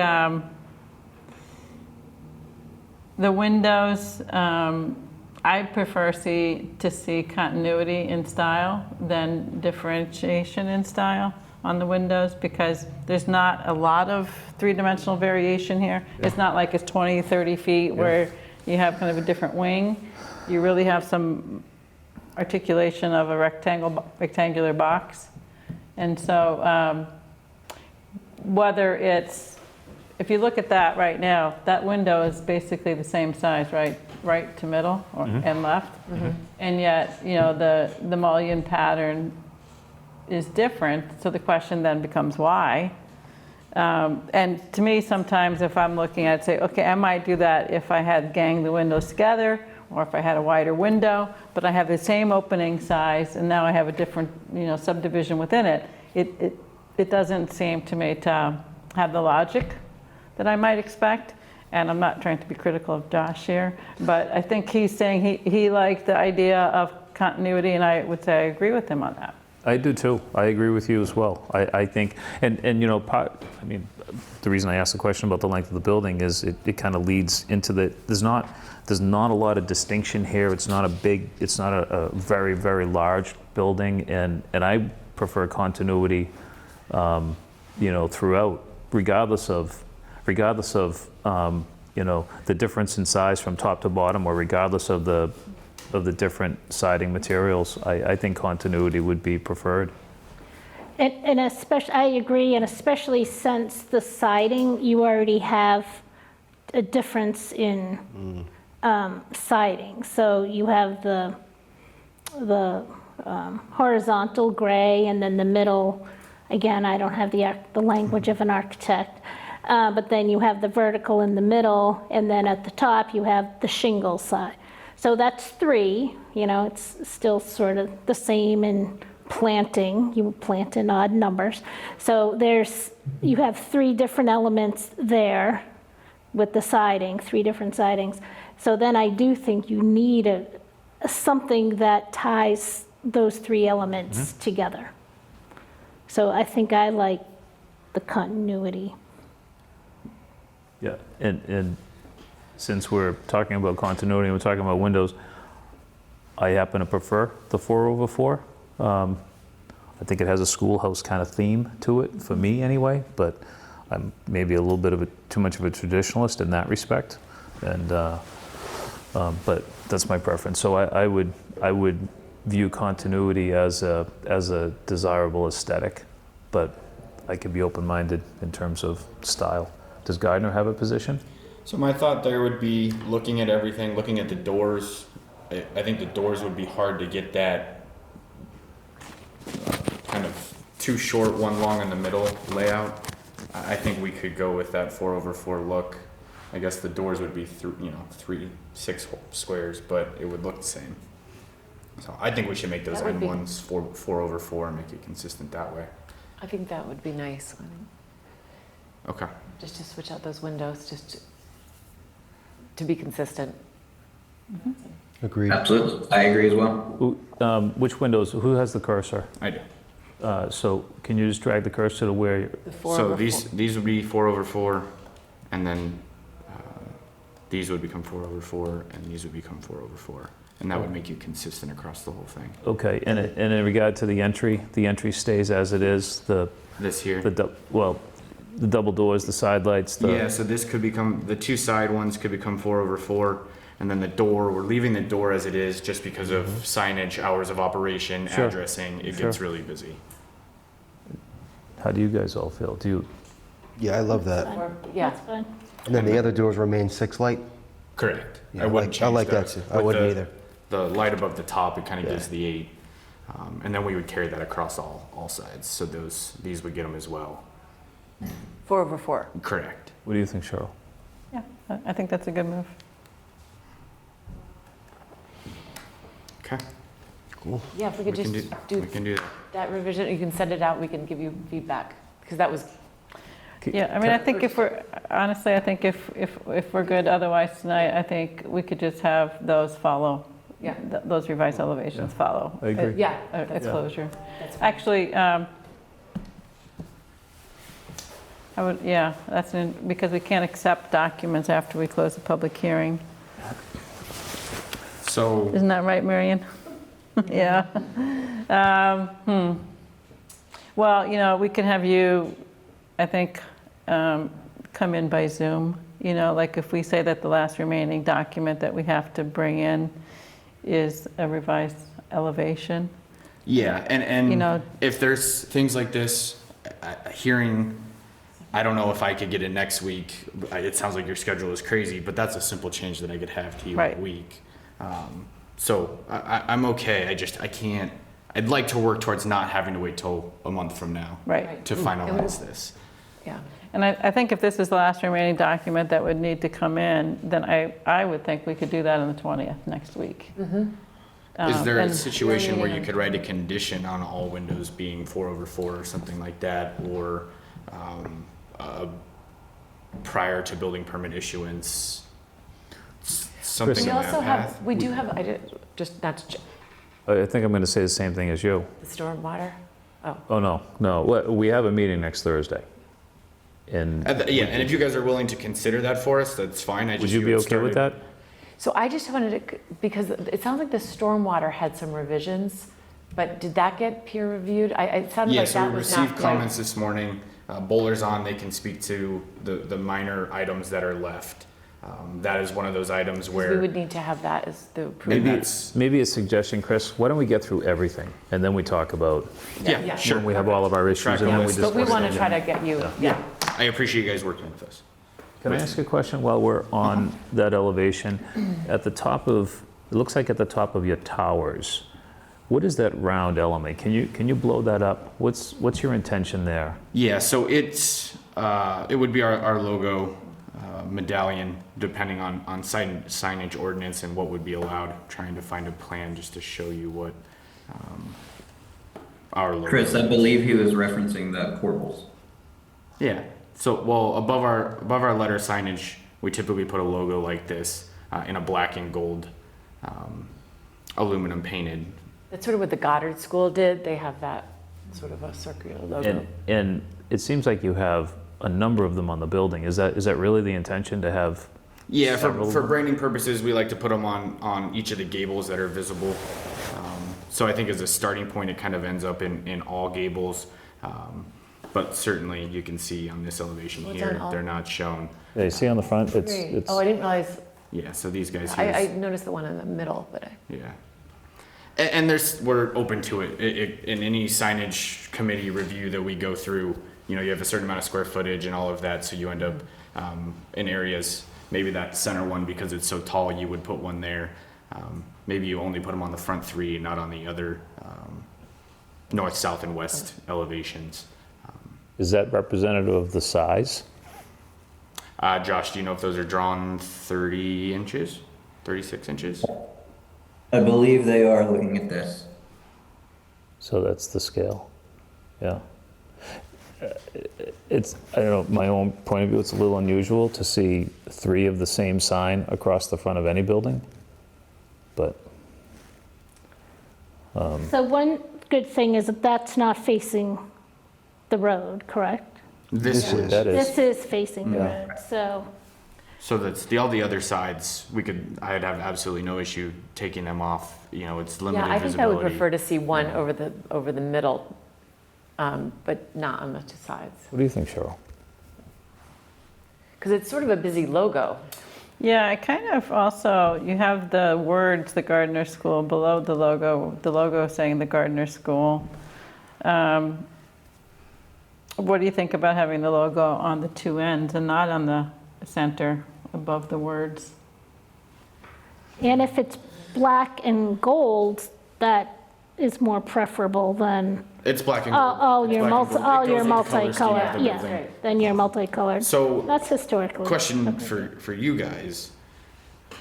Does signage fall into what we would discuss here, or is there a separate process for it? I just don't want to discuss and It commit can- here and then go yeah. to someone else and Yeah, we do tend to touch on signage and talk about signage if we, We don't get into the details of the design, but the general location and sizes, Sure. we do. Okay. Yeah. I just would hate to, Materials, yeah. go in this direction, show up, and they're like, wait, but Exactly. they already told you what to do? right, no, this would Yeah. follow, but they would sign off on the But final. even on a special permit, I don't, because it I don't goes go through to the that. sign review. It's a different committee, right? It changed since you did your signage. Oh. It's now a sign review committee. Okay, It used to be the select board, it's gone through different yeah. iterations, so it is Even now. under a special permit? You still have to It go. depends. I think No, this like is site, this illumination, is site plan approval. illumination would trigger selectmen or select board. There's, as far as I've done research on. We had talked a little bit about the monument sign last week, and I just Yeah. wanted to make sure that Yeah, it that was wasn't exactly. crossing. So that, I have no issue there. If we like them on the two ends and not above Gardner, or Gardner with it because of that taller gable, I think our preference would be to have as many of them on this front facade as we can, just as a brand element. I can show you a picture. I honestly and definitely don't like 3 across the front. You know, I mean, maybe what you suggested, Cheryl, 1 on each of the ends and just the Gardner School in the middle, fine. or the Gardner School in the middle with just 1 above it, but not 3. Let's take the one out of the middle. I'll approach it that way. Maybe we stack the on top of Gardner to fill the space a little bit more. That's We've what I was done gonna that. say, that leaves that sort of empty, so that would be, yeah. Yeah, I think you could look at the scale of those, the size of those letters in the center. Yeah, this is a bigger, Yeah, plate for signage than Right. we've had in the past. yeah. So that would, yeah. Be good. Okay, and I just had another follow-up question to 'cause architecture, and we had talked about the type of materials for the retaining wall as Yeah. you come in. Did you settle on a certain? So that's actually my next item. Oh. I've settled on, in my response to you guys, I had said I'm open to either option that we've proposed for that stone veneer for that wall along the entry drive. My preference would be, and maybe this is handled in the approval or the conditions, what might be, I don't want to stick to one product over the other at this point, just because of cost, lead times, all of those things. I want to get the retaining wall to design it, figure out which of those products they like to work with better, all of that. But I have no problem working with one of those products. I just One don't of the want to. Conigliaro Yeah, products? Conigliaro or the natural stone wall solutions. I like that one better. So I don't. If we want to specify one brand over the other, I'm okay there. But in terms of like the block, we'll match the color and nature of our stone along the base of the building. I just don't want to get all the way Do you down to have a one sample, block. Jim, of the other? So Pine Gardens used it actually, on Pleasant Street. If you look at those 2 stone walls, those are pre-manufactured, and they're beautiful. Well, in their response, I like your response. I agree with you that you shouldn't stick to any particular brand Right. because it might go out of business, might change. So I'm okay with not having a brand, but I do like how you said it is with natural stone finish that complements the other natural elements. So I think that language is probably sufficient. Yeah, so what I would suggest is on the elevation, if you can have like a photograph of the stone, so that when we'll have kind of the color and texture idea of it. And so when you go to get your final, you remember how we had a question come up with the Goddard School of the siding, and we went out to the site and looked at the stone and everything. I'm just trying to make it clear, Marion's there, as clear as possible, so we don't have any sort of questions come up during construction. And that's not what we thought when we said these 2 options, So Sure. it doesn't have to be on the drawing. It could be a separate attachment, but Yeah, and it's that's- something which shows the coloration, size, kind of the that would- texture of it. That'll be another quick and easy thing for us. Yeah. I had submitted one of, when he had originally brought up natural stone wall, I had sent something in. Yeah. And I know this is getting picky, but since you're going with kind of black and white, would the stone sort of be like grays, not in the browns, but, My intent would be to pick something as close to this Yeah, material okay. going at the Yeah. base of the building. yeah, Okay, Yeah. yeah. Natural. yeah. Okay. Very good. Next item on my list was the cobblestone access drive. We had talked about that. I went and spoke to the traffic engineer, touched base with the civil engineer. In that response, I kind of outlined some safety concerns as well as DOT is just not a standard pavement type. We are comfortable putting the granite curb in, adding some aesthetic to the entry of that. I just don't feel comfortable putting that in for snow removal sliding as you approach 138. And I did speak to two commercial snow plow drivers, and they agreed with you. Okay. I'll be honest, it wasn't the first thing I thought of, but when traffic brought it up, it made sense. Oh, there was an issue or a comment brought up last time about snow storage. I'll just point out what we're talking about there. In this area here, the grading has a steep 3-to-1 slope. So I had Bowler kind of adjust the grading there, create a little bit more of a flat space, designated kind of a snow storage area there in this hatch that kind of captures the parking lot. That's an improvement. Yeah, Thank and you. they graded it a little better, so a portion, in low flows will drain to the parking lot and through the system. And then we've confirmed that if anything goes south, it'll be maintained in that swale and on our property. And what's that surface going to be, Chris? That should be a seeded material. Okay.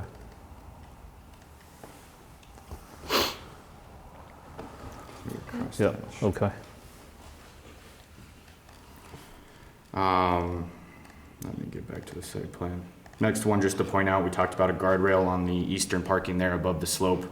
I think that was a good one for us to catch from a safety perspective for parents and kids. We had that drawn in here along the curb line. And that's wood, Correct.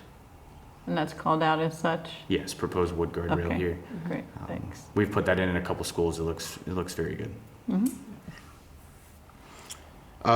Shrubs at our culvert under our entry drive. We just wanted to add a little bit of visual barrier from the roadway so you didn't see the rock riprap at the bottom of the swale there. So we've kind of enhanced the planting here. I believe we even pulled it south a little bit.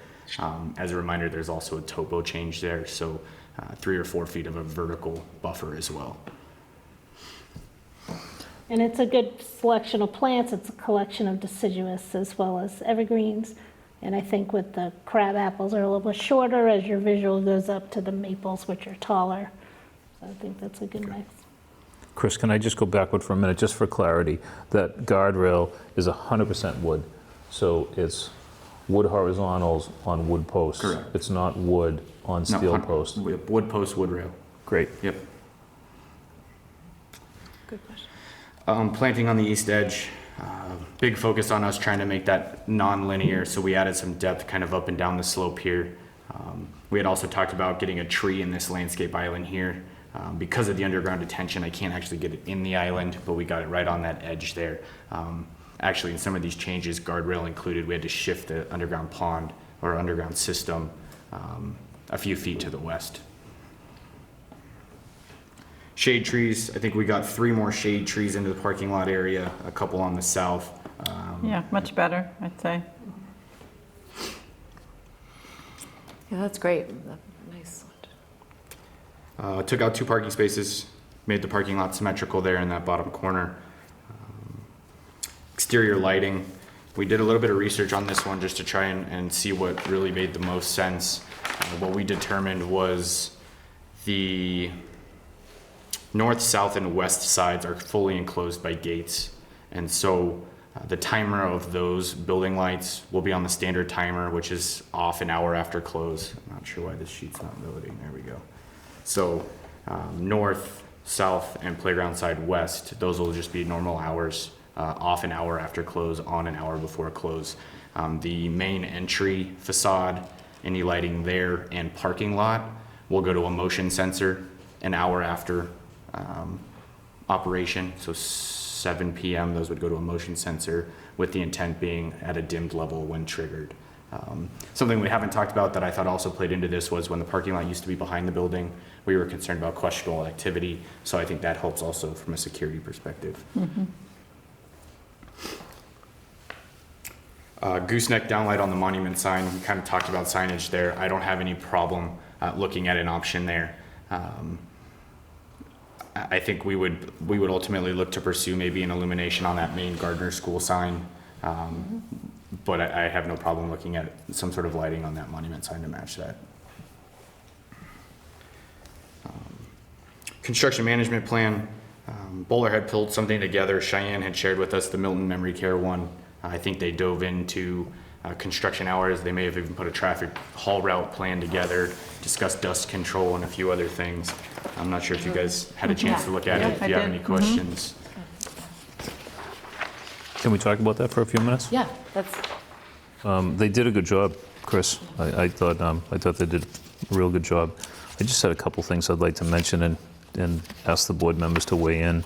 I think something that I'd like to make sure becomes, a requirement is that prior to the start of work, there's a coordination/review meeting with the police and your builder, whoever the builder ends up being. And that's if the police choose, but I think it should be offered. So the police and the building department, if they so choose, at the time that the contractor finalizes the construction management plan. Because the reality of it is that someone's going to take this at some point and they're going to fine tune it. And I'd like to make sure that there's a meeting that occurs so that you get concurrence from the town officials that they're okay with whatever the final construction management plan is. Okay.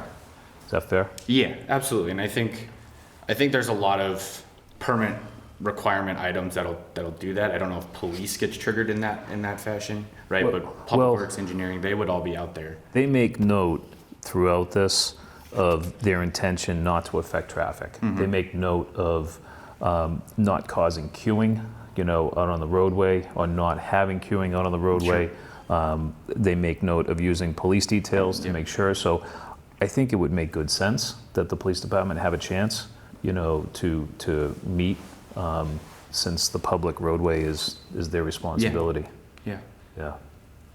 I have no problem with that. I read the police detail part 2 and figured there was going to be some sort of coordination, and it makes sense not to make the first time be a problem, and that's why they're doing it. We'll coordinate with them ahead of time. Yeah, again, it's we've asked this in the past. I believe we asked this on the memory care clinic, that there'd be a point in time where that builder, whoever it is, because at this stage you cannot submit a construction management plan that's not going to change. There'll be some changes. Yeah. That was one.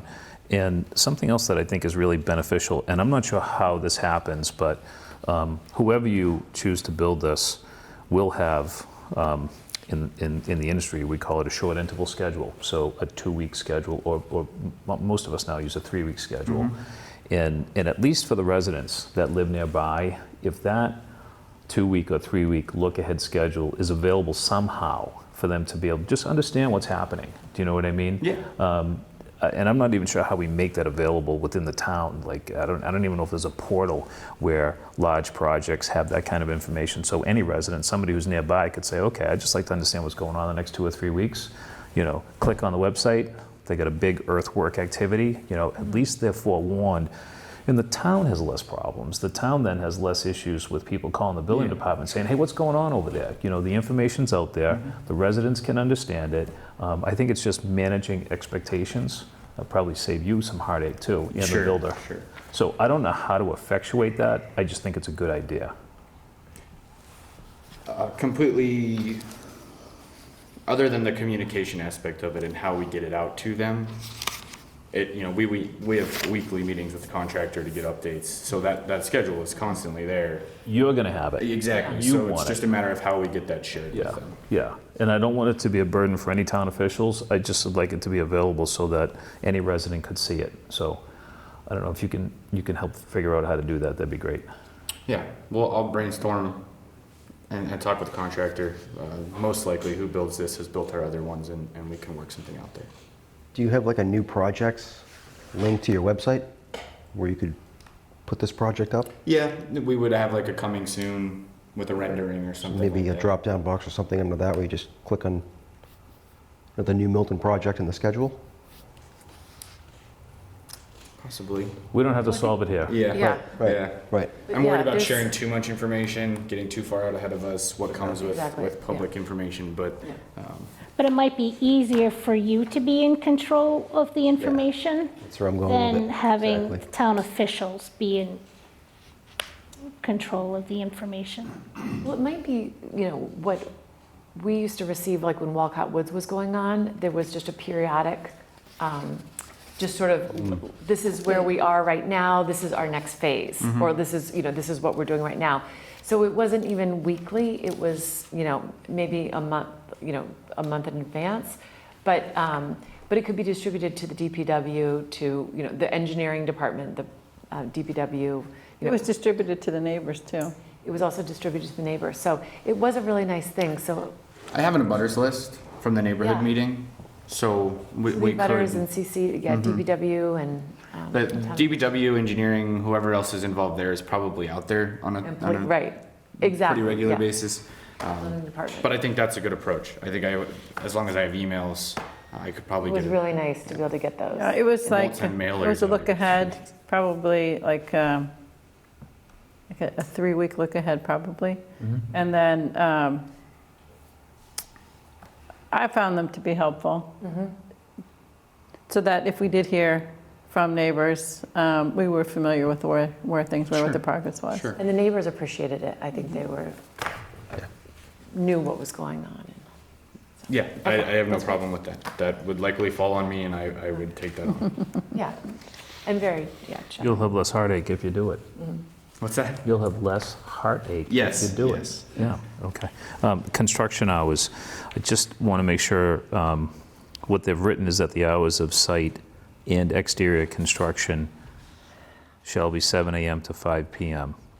And I'm not sure, you'll have to, I'm not sure that there's a distinction between exterior and interior, but that's something for you to comply with Yeah. the building department requirements. But also, I want to make sure that we note, if your construction activities are starting at 7 a.m., most construction sites have arrivals earlier than that.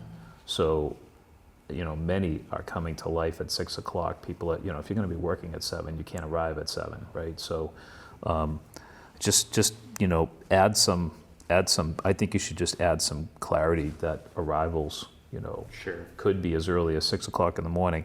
And the other thing that I'd caution you on, under your parking of construction equipment, consider that site equipment, oftentimes, if they're going to work at 7, they're trying to start up their equipment earlier, certainly in the wintertime, and I don't think that's allowed. You know what I mean? I just want to be careful that we don't have equipment starting at 6:30 and running from 6:30 to 7 so that they can be operating at 7. Just make sure that the startup time of equipment is not earlier than 7 o'clock in the morning. And also really, deliveries shouldn't start until 7 because if there's no one there to take the delivery, then you're going to have idling. And if you have a big vehicle, it's not a roadway that you want idling during morning rush or any rush hour time. So The activities prior to 7 should only be passenger vehicle activity arriving Okay. on the site. You know what I mean? Not, Subcontractor parking and Yeah. things like that. Yeah. and you also note in here, and I'm just, for some reason I'm questioning this, you have Monday through Friday, 7 a.m. to 5 p.m. Monday through Friday. And again, that distinction, you have to sort out exterior, interior. I'm not sure that you have the availability. I'm not sure they have the opportunity to work interior after a certain hour. But you also have 7 a.m. to 5 p.m. on Saturday. I don't think it's allowed at 7 a.m. on I Saturday. thought it was, I was going to say the same thing. I thought it was 8 a.m. on Saturdays. It's 9. 9. It's 9? 9 on Saturday. So just check the hours. Those are established hours, Chris. It's 9, okay. And I only have one other item. Your construction worker parking, you indicate that all your parking will be on-site, and that's to be expected. But I think you should just consider the fact that you may have some activities that won't allow you to be parking on-site, and just clarify that now. Certainly when you're paving, there'll be nobody parking on-site. They'll be off-site somewhere. So I'm not saying you can't park off-site. I think you should just note that, for all of the project, you will park on-site, except for maybe some distinct activities that force you to not be able to park on-site. I don't want you to write a plan that you can't comply with. Do you know what I mean? Uh-huh. So you may as well recognize now. Except for select activities. Yeah, and those should be identified well in advance. Sure. Just so the 3 weeks neighbors. ahead, maybe. Yeah. That's all I had. Okay, yeah, we can look at that. Just a couple more. Ornamental fence material, we had talked about that a little bit last time. I sent that back in. Request for no disturb buffer area, right away and property lines. We added a couple notes just to clarify that the limit of disturbance is just that and kind of what we're approving. So we need the contractor to maintain that. I had Boulder kind of put some notes in here. No disturbance beyond limit of work. I believe somewhere there may even be a note in one of these that kind of clarifies that as well. And what will you be putting up for the no disturb to prevent? Is that like, Julia, is Andy or Luke on?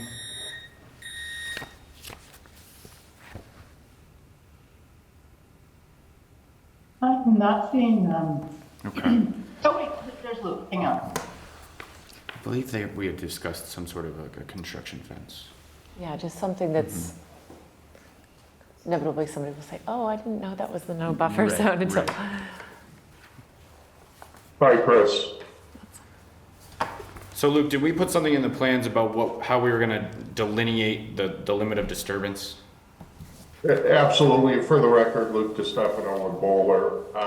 On the construction management plan, we specifically called out a 6-foot-high construction fence that would basically delineate the limit of work line. Perimeter protection under that, a secure 8, great. Great, it's in there. Okay, I just Okay. wanted to Okay. double check.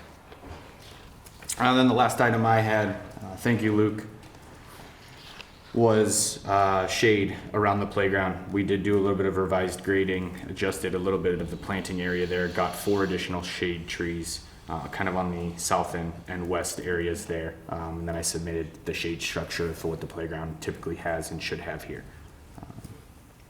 So with that was everything we had talked about last time. Like I said, I think we've really gotten to a good place with this. Something I didn't say earlier that I meant to is I do feel like all of us, neighbors, board, design consultants, this is probably the most effective and efficient school we've put together. Gardner School has put together. All right. I was going to ask for a review of us. Take a customer survey at the end. One question on the guardrail. Sorry. That's all right. Is that painted or is that left natural? Natural. And Good we'll enough. typically make sure it's sanded down just because we've been talking lately about kids like to run their hands on things. So we'll make sure it's got a smooth finish. Cool. I had a conversation with one of our members, and we both agreed that you have made the process easier for us too. Not to take away at all from any of the attorneys that represent clients. It does make a difference when the client's sitting at the table and can actually have the discussion and negotiate, solutions. Sure. While we sit here. And that I think has been really helpful because we've solved some of the concerns, at the table with you. We don't always have that opportunity. Yeah. And it's likely because the legal representative doesn't always have that opportunity. Right. Not because they don't want to, but having you here, having Josh available, having Bowler available, it makes a difference. So I appreciate that. And I don't think it really saves anybody time if we just stand here with legal people and have that conversation. We end at the same place. Let's be careful. We have great respect for the legal people that are here with us. Great respect. Yeah. Okay. So I guess then the only other thing that we're waiting for, which I just was going to touch on, is a final letter, the peer review, following up there were a few outstanding items that you Yeah. were addressing. Do you want to just talk about that for a minute? Luke, do you want to talk about those remaining items? Do you think there's a path here where we can get those wrapped up, worked out with Horsley Witten in the next week?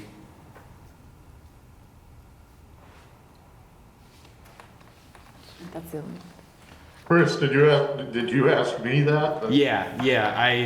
I spoke briefly with Andy earlier about the Yeah, comments. no, Andy and I discussed it, and really the remaining Horsley Witten comments they're very technical, nothing that we have any issue with complying with. They're all just, add a note here, revise a detail type thing. So we would recommend, if the board saw fit, that these would all be resolved, prior to the issuance of the building permit as a condition of the approval, because again, there's nothing in the final letter from them that is any real concern to us. Okay. All right, I would, yeah. So it sounds like we have a few, couple of documents to come back to us. So it seems as if we need to continue the public hearings to be able to accept those documents. But I don't see myself having any outstanding issues or comments after that. It'll be just a matter of receipt. Right. So that I think we could close the public hearing next week if we get those documents in. Okay. Yeah, we'll But work on the that's- windows, the stone. I don't know if everybody agrees with construction me on that, management. but I agree with you, Cheryl. Yeah. Okay. And then the order of conditions, do you have somebody who's going to be preparing? Or is that? You mean the decision? The decision and with the order of conditions. Do you typically No, have typically in the somebody? past, the town is prepared. Okay. Which we could use. I think we could probably use the Gardner School as a template. Don't That's look at what me. No, I think we should. It's just what you wanted. We now get to write a decision. No, we're short-staffed. So what I was going to suggest is we do We have four have. people here. No, we have the Got an Gardner. applicant Jim, here. want to take a stab at it? I'll take a stab, might not get done by next week. What I was going to have, when Cheyenne is feeling better, and if she's watching, having her pull up what our approval decision was for the Gardner School. And we also have the one from, Sorry, what's You're using Goddard. I'm sorry, the Goddard School. happens all I'm the sorry, time. they're so similar. The Goddard School. the other school though, that was on Blue Hill Ave also. Little Sprouts. Little Sprouts. I think looking at both of those, I think even Ned Corcoran yeah. probably drafted the one, and Marion, you probably drafted the one. So those would be good sample base. So Sean, So. Shouldn't we be having a lawyer do this at this point?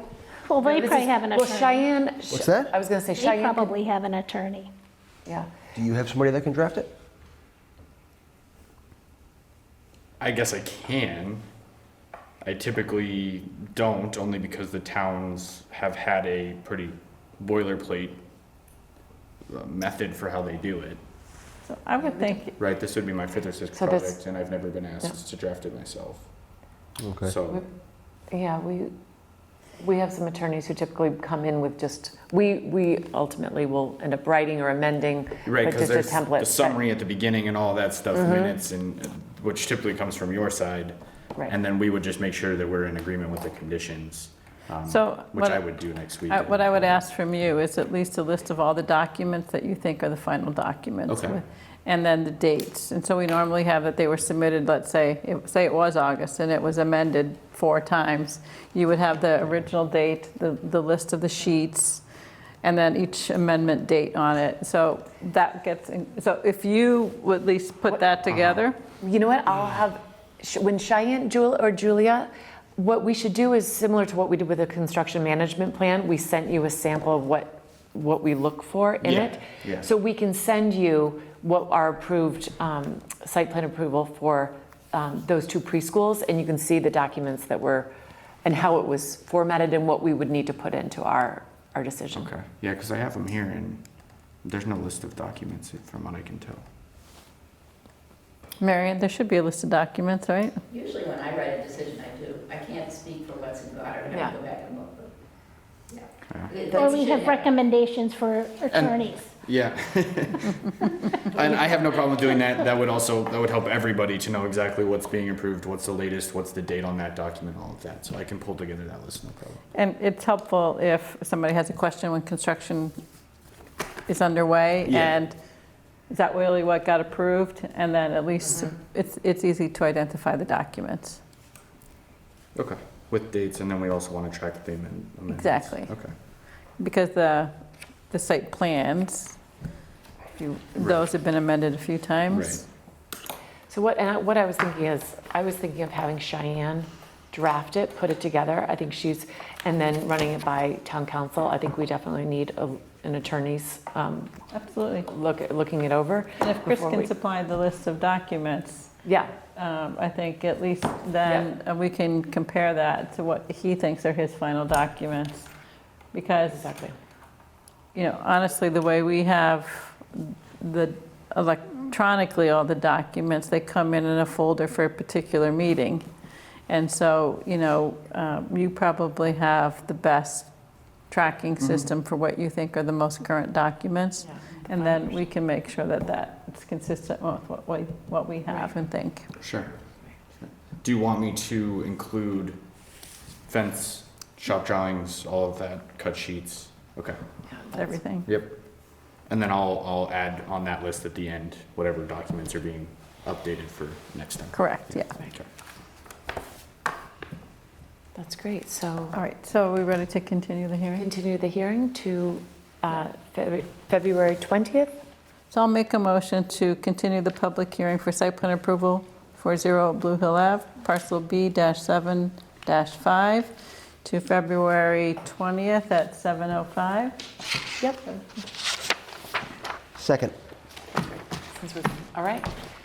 So Julia, we'll add that to the, Do we vote? oh, sorry. Yeah, Yeah. Just for clarity, that's a Zoom meeting. That's not an in-person meeting. it is a Zoom meeting. So Oh, for right, Chris. it is a Zoom We meeting. we were scheduling it as a Zoom? Easier on me. Is that- I appreciate okay. you clarifying. Tell you, Yeah, it is. Yeah, good, you're good. not sitting here alone. Zoom you from here. Yeah, so it'll be on Zoom. Okay, so there's a motion. Is there a second? Already second? Sorry. All right, all in favor? Aye. Thank you. Okay. Thank you. Thank you, Chris. See you next week. Thanks. You all. Thank you. Thank you, Thanks, Josh. Josh. Luke. Okay. All right, so moving on. Julia, do you want to this is the discussion of the util budget. Okay.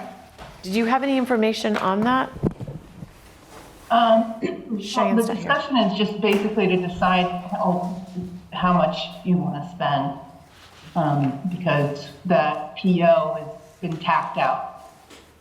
So one of the things that I recall is that we had grant money that had restrictions, and it had to be used for compliant zoning. And then we had planning board funds. So when you say the contract, do you know, Julia, if that's how that contract is,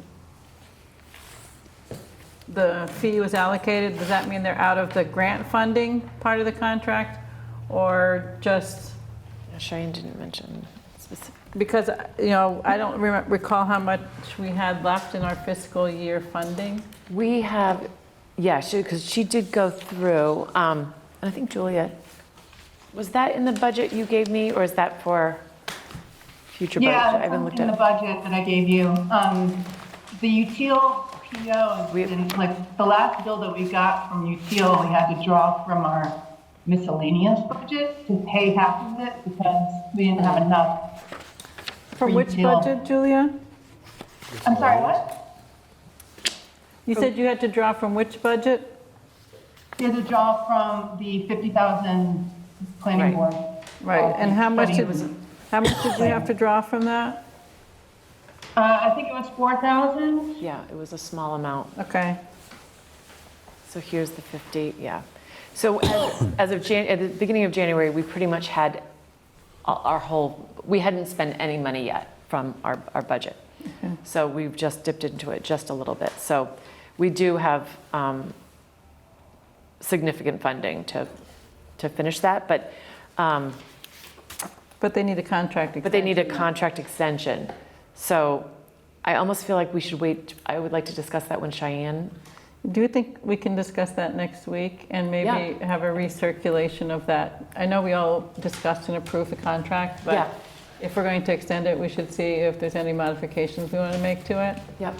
So, and I think we should not wait until a month from now for that. So I'd like to have that be discussed next I agree. week. I think so. Yeah.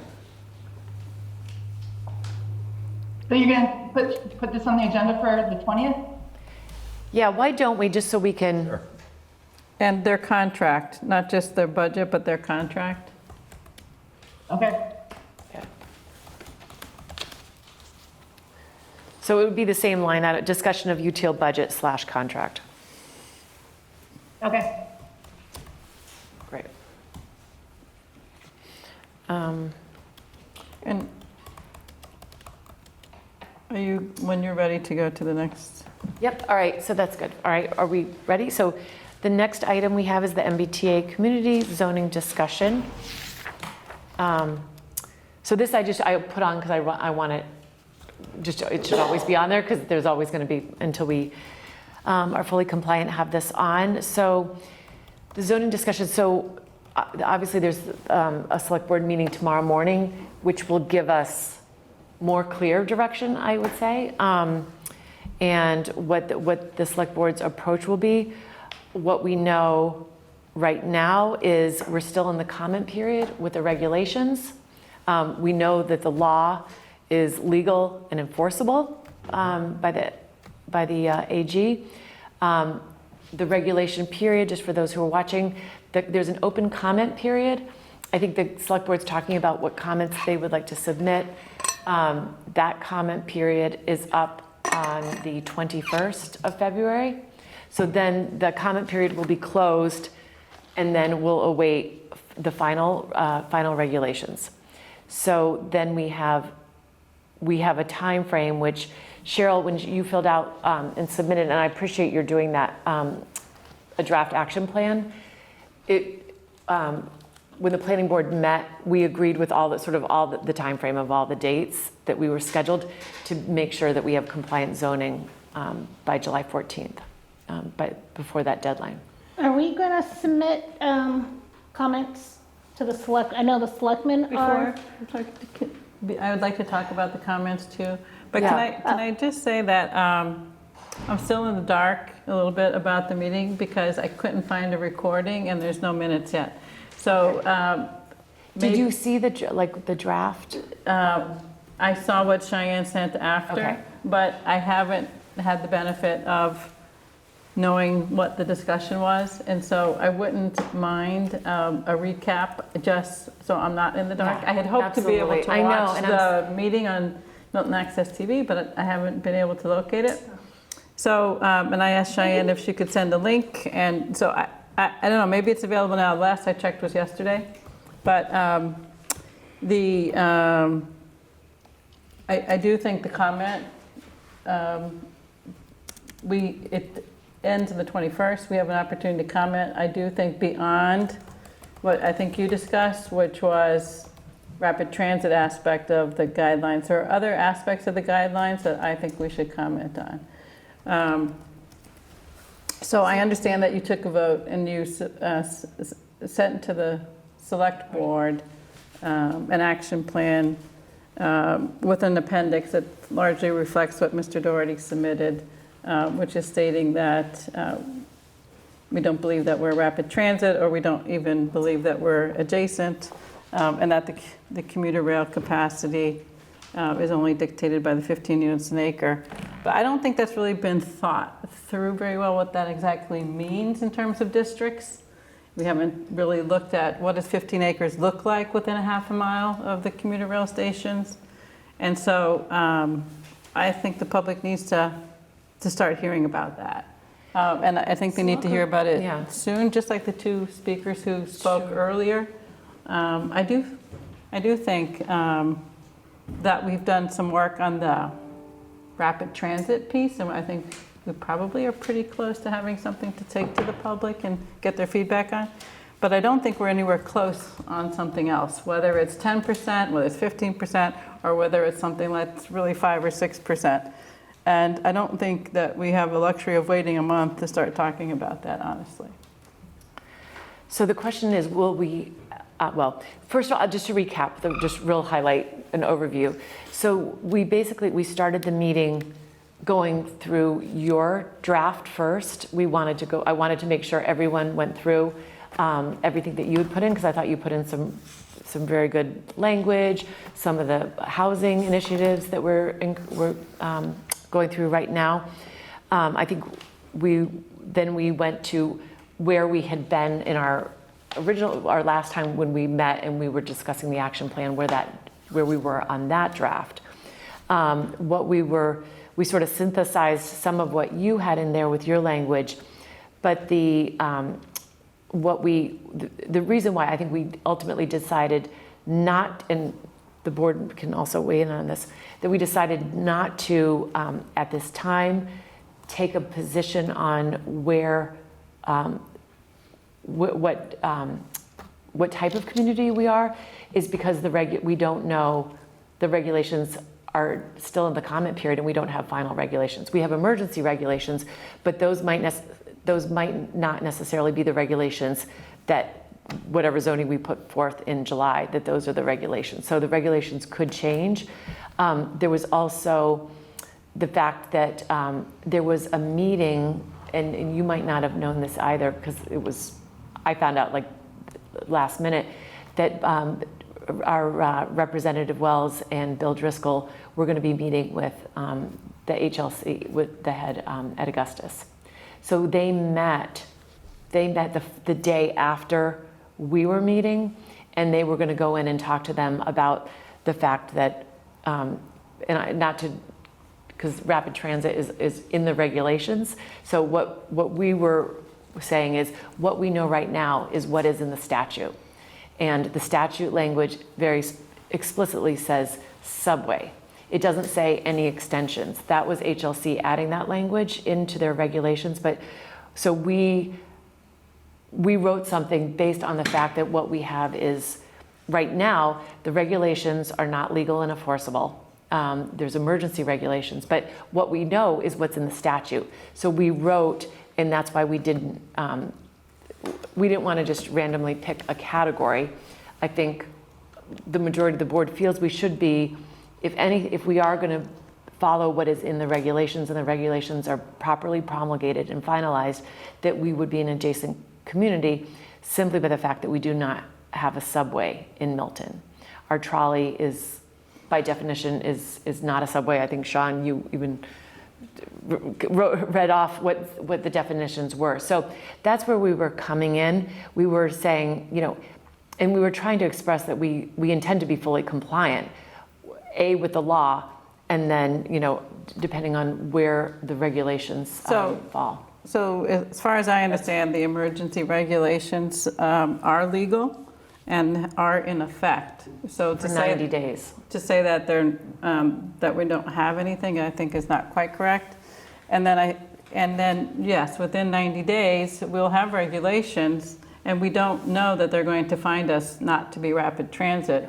And then the question is, do we accept that as a town?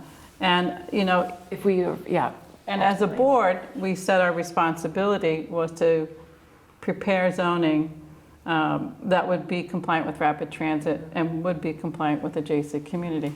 And what you submitted was not even adjacent community in what you suggested. It was based on the statute. So now we're talking about a third option. And there's no criteria for that option. There's nothing in the guidelines for that option, nor is there really for adjacent community, because HLC hasn't defined us as that. So we're now at a period where the select board is making some determination tomorrow. And they've also opened a door for the discussions with HLC. HLC has said that they would be open to a conversation with Milton on looking at a potential possible adjacent community. I don't know where that discussion will go, but I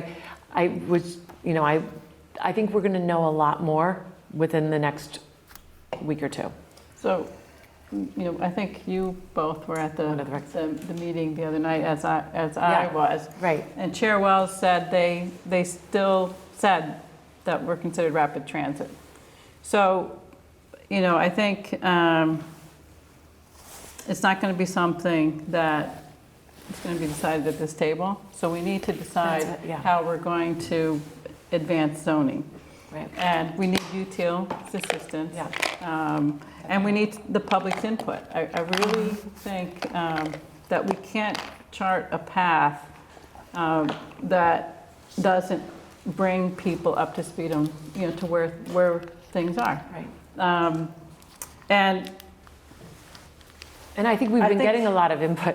We've been getting a lot of emails. So but the question is, there's nothing that we can feed the public right now until, which I would love to do. I'm pushing ahead with the East Milton overlay. I love the idea of having public input, but until, we have people who are coming and saying the regulations are law right now, and it's very, I think it's been very confusing. I think the ADU process has been very confusing. I think the MBTA, the fact that the regulations were found by the SJC not to be legal and enforceable, I don't even know if they are properly promulgating right now the new guidelines, the new regulations, because they're asking for an action plan, and this was a big piece of our discussion.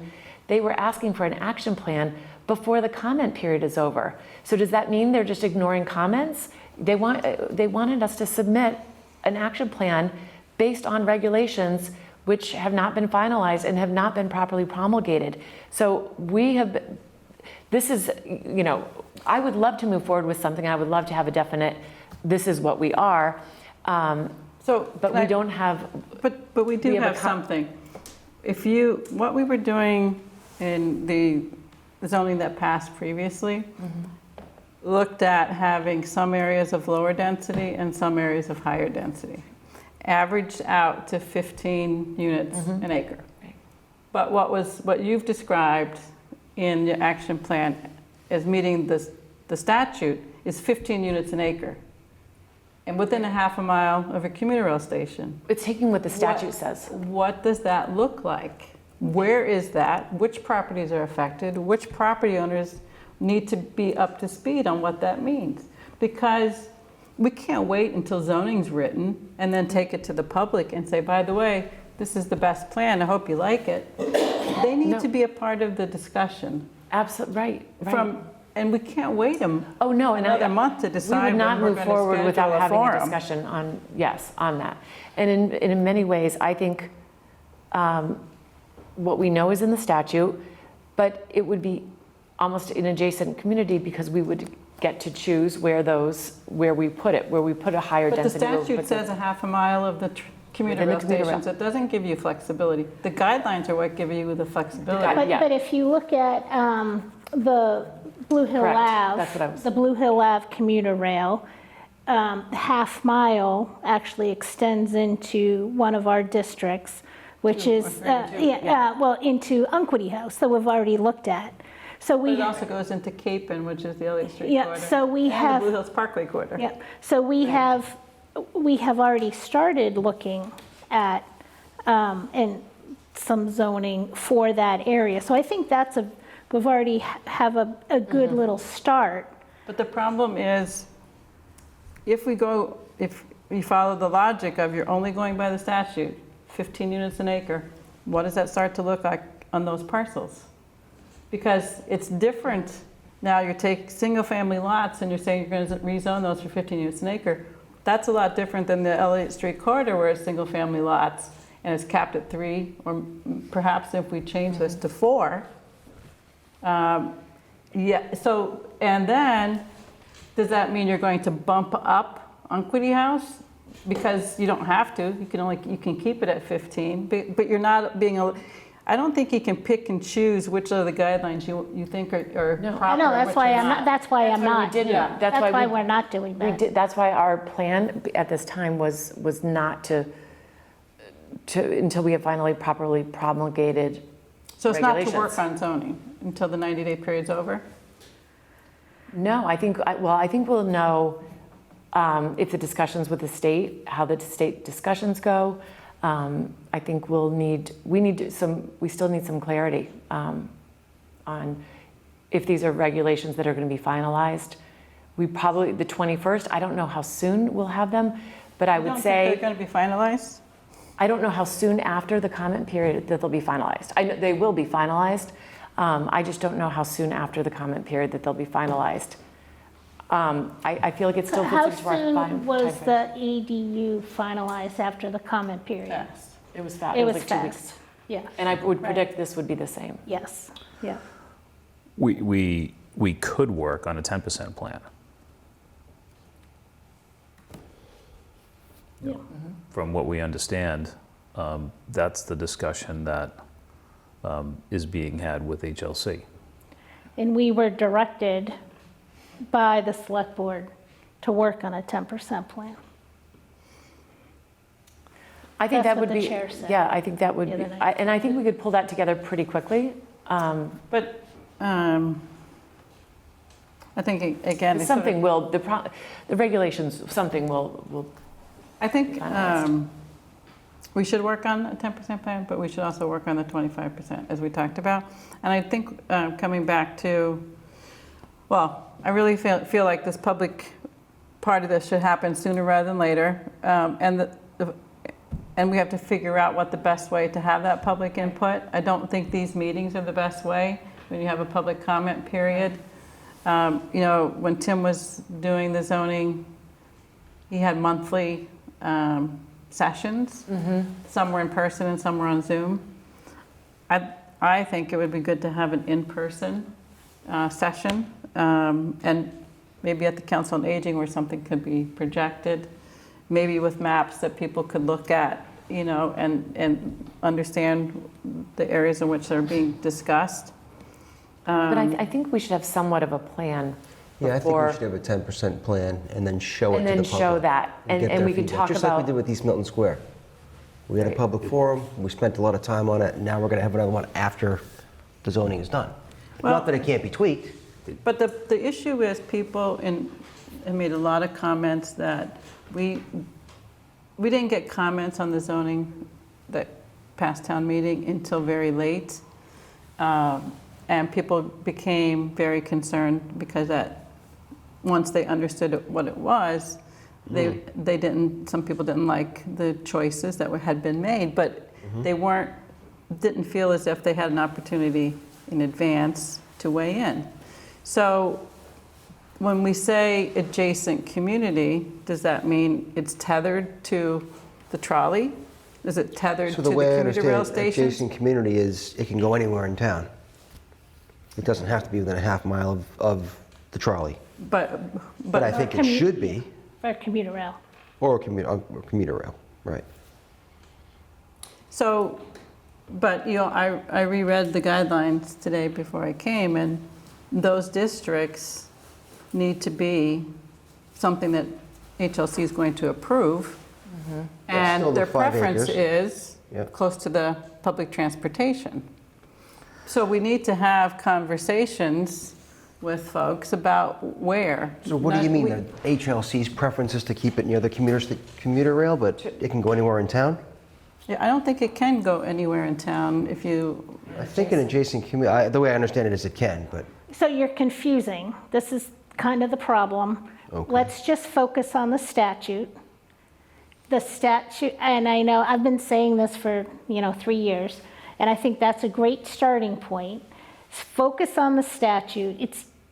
Let's look at the areas within the half a mile of our commuter rail, and then we get that down.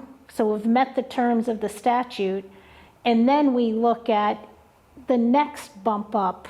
If we are determined to be an adjacent community, then we can bump it up. It's easier for us to kind of agree on a smaller amount, because I think we all have a pretty good understanding where we would like to see some development in town. There's opportunities in town. Start with a smaller amount and then slowly add to it. I don't understand, how we're going to determine how we're compliant without fitting the criteria that has been established by HLC and the guidelines, other than if what you're talking about is a flat 15 units an acre. And I think that needs to be sort of understood. One thing if we think about other comments to HLC, which is a letter, what comments would have to go in next week, what we could comment on really is what we learned from the rapid transit work that we did.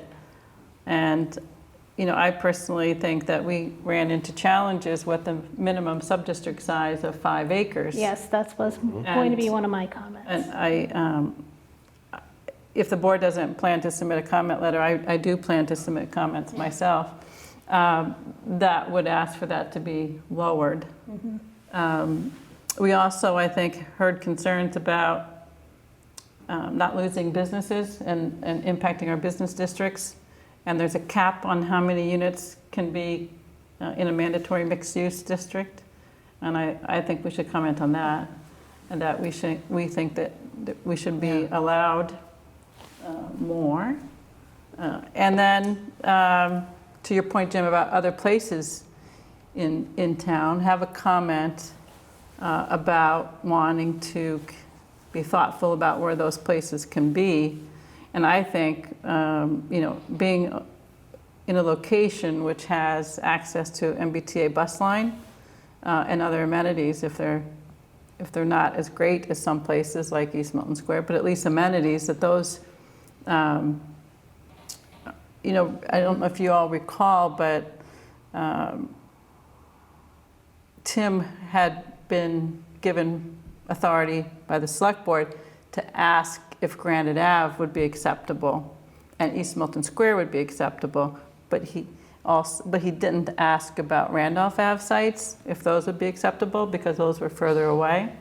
And so a comment that I would like to have go back is we should get assurance that those could be acceptable locations, for reasons that we think that there's opportunity for some development on some of those parcels. So the 5-acre piece would get to the paper mill. It would get to 2 Granite Ave, because those by themselves are smaller than 5 acres. And then we didn't get to count all of what we would have liked to in the business district. So I think that could be quite a beneficial comment. And then this other piece about the locations. I have 2 thoughts.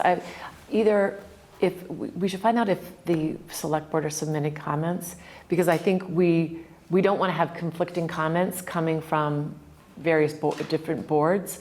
So either I would say possibly submit your comments to Nick Milano. Well, Nick just sent us an email. Yeah. Oh. But the select board is submitting comments, and Nick's asking for comments as well. He said that we could either submit together or separately. Yeah, there's a letter that he sent that's drafted, and he's asking for comments. Did he include his letter in that email? He did, yeah. All right, so I think that maybe we should send our comments to him. I don't mind you, Cheryl, sending as an individual either, if you wanted to send your own comment letter. And also, I'd like to increase our affordability. Because right now, the guidelines, and they require you to 10%. pay a consultant, an economic development consultant, to verify that you can do that. It would be nice not to have to pay more money, to simply increase it within a certain margin. Because the crisis is for affordability, and we all know, we've discussed that this has nothing to do with affordability.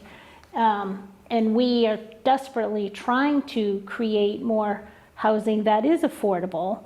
So I think that they should be willing to increase it from 10% up to something higher.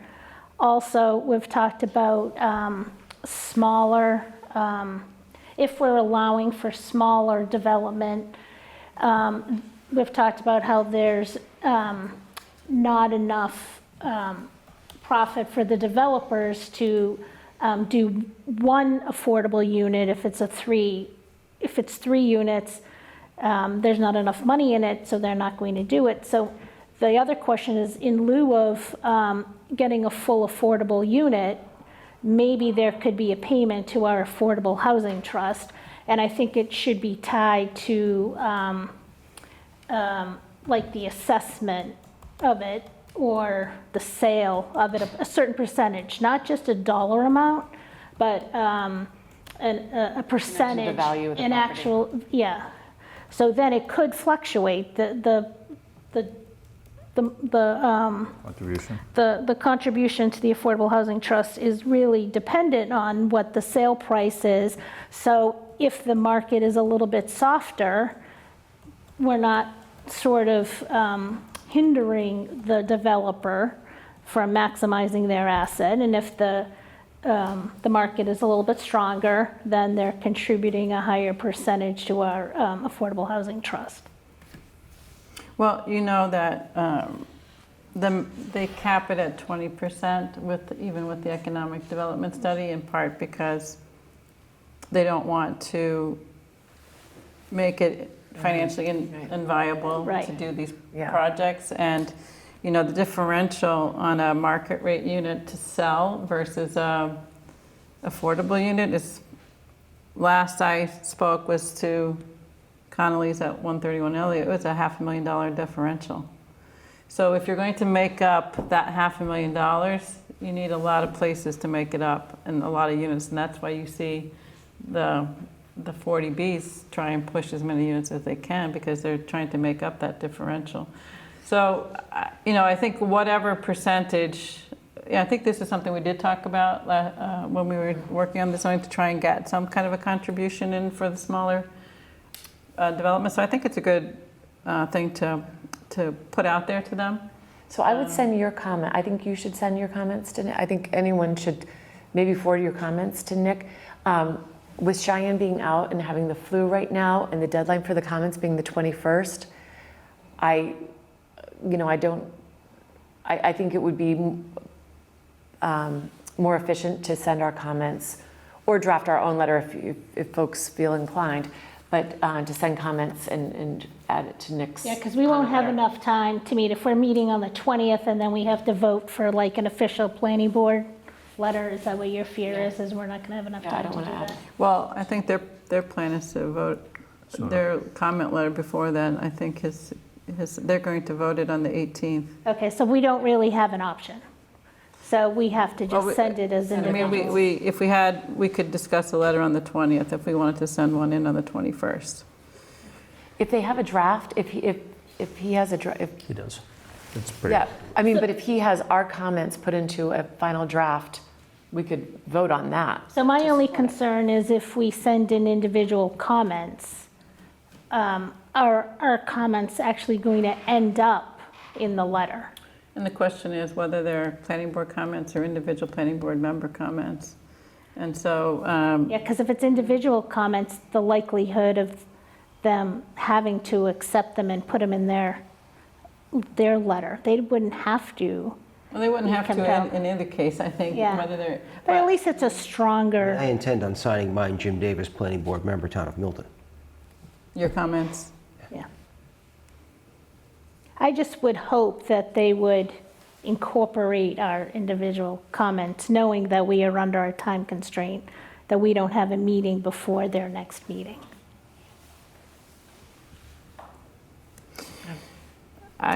It looks like their comments are focused on Yes, Charlie. I haven't read seen it, it. yeah. When did he send it? I haven't read it, but I just did a quick... 8:56 PM tonight. It's probably didn't read best that letter is from Nick to the select board and the planning board. It's probably best that we don't talk about that letter much more in this meeting. Well, this is a public meeting and a public document. It's not executive session. I don't remember if my batteries died. I can't read exactly how he had written it, but Yeah, I mean, it'll be a public document once it's filed too. But I think if you don't feel as if we can come to a consensus about what the comments should be as a board in time for theirs, which I don't see how we could for their inclusion by the 18th. Yeah. That means we'd have to decide tonight. So then it's either we do our own comment letter or we do individual comments to HLC. I think that's really the option. I don't think there's really an option for us to have agreed upon comments to the select board. But if there's anything that we see that we think is important to add to Nick's letter too, that I think you would. Or would we send our comments to Cheyenne, and then Cheyenne collects them, and then she sends them saying, these are the planning board comments, so it looks a little bit more official than us just sending individual? Except that they wouldn't be Official. discussed. Correct, we couldn't discuss it. It wouldn't have been discussed in a. Correct. We'd have to. It would be just individual comments. There would not be a board comment at that point. Right, and then we could review it on the 20th. I just want to remind you guys that I think Monday is a holiday. Yeah, so if we wanted to do our own letter, I think then what you say makes sense, Maggie, is to circulate comments to Julie and Cheyenne to put together, and we could, and on the 20th, we could decide whether we could agree on those or not and submit a planning board letter, or then if we can't, then individually submit our comments. That's good.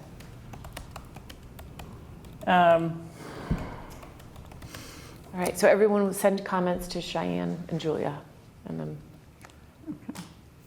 we'll put those all Sorry, together. we send them to Julia, and then she edits them, and then we get them back and vote on them, or no? No, we don't have time for Julia, that. she edits them and then just sends them in? We'll review it. I don't even know if she edits them. Okay. We just send it to her. So we send our comments, she puts it in the form of a letter? Or we all send Yes. letters, and Yeah, then she just sends them all in at She would once? put it like- in a And just say, these are the comments I've received from planning board members, and then submit it to the select board. Okay. Okay.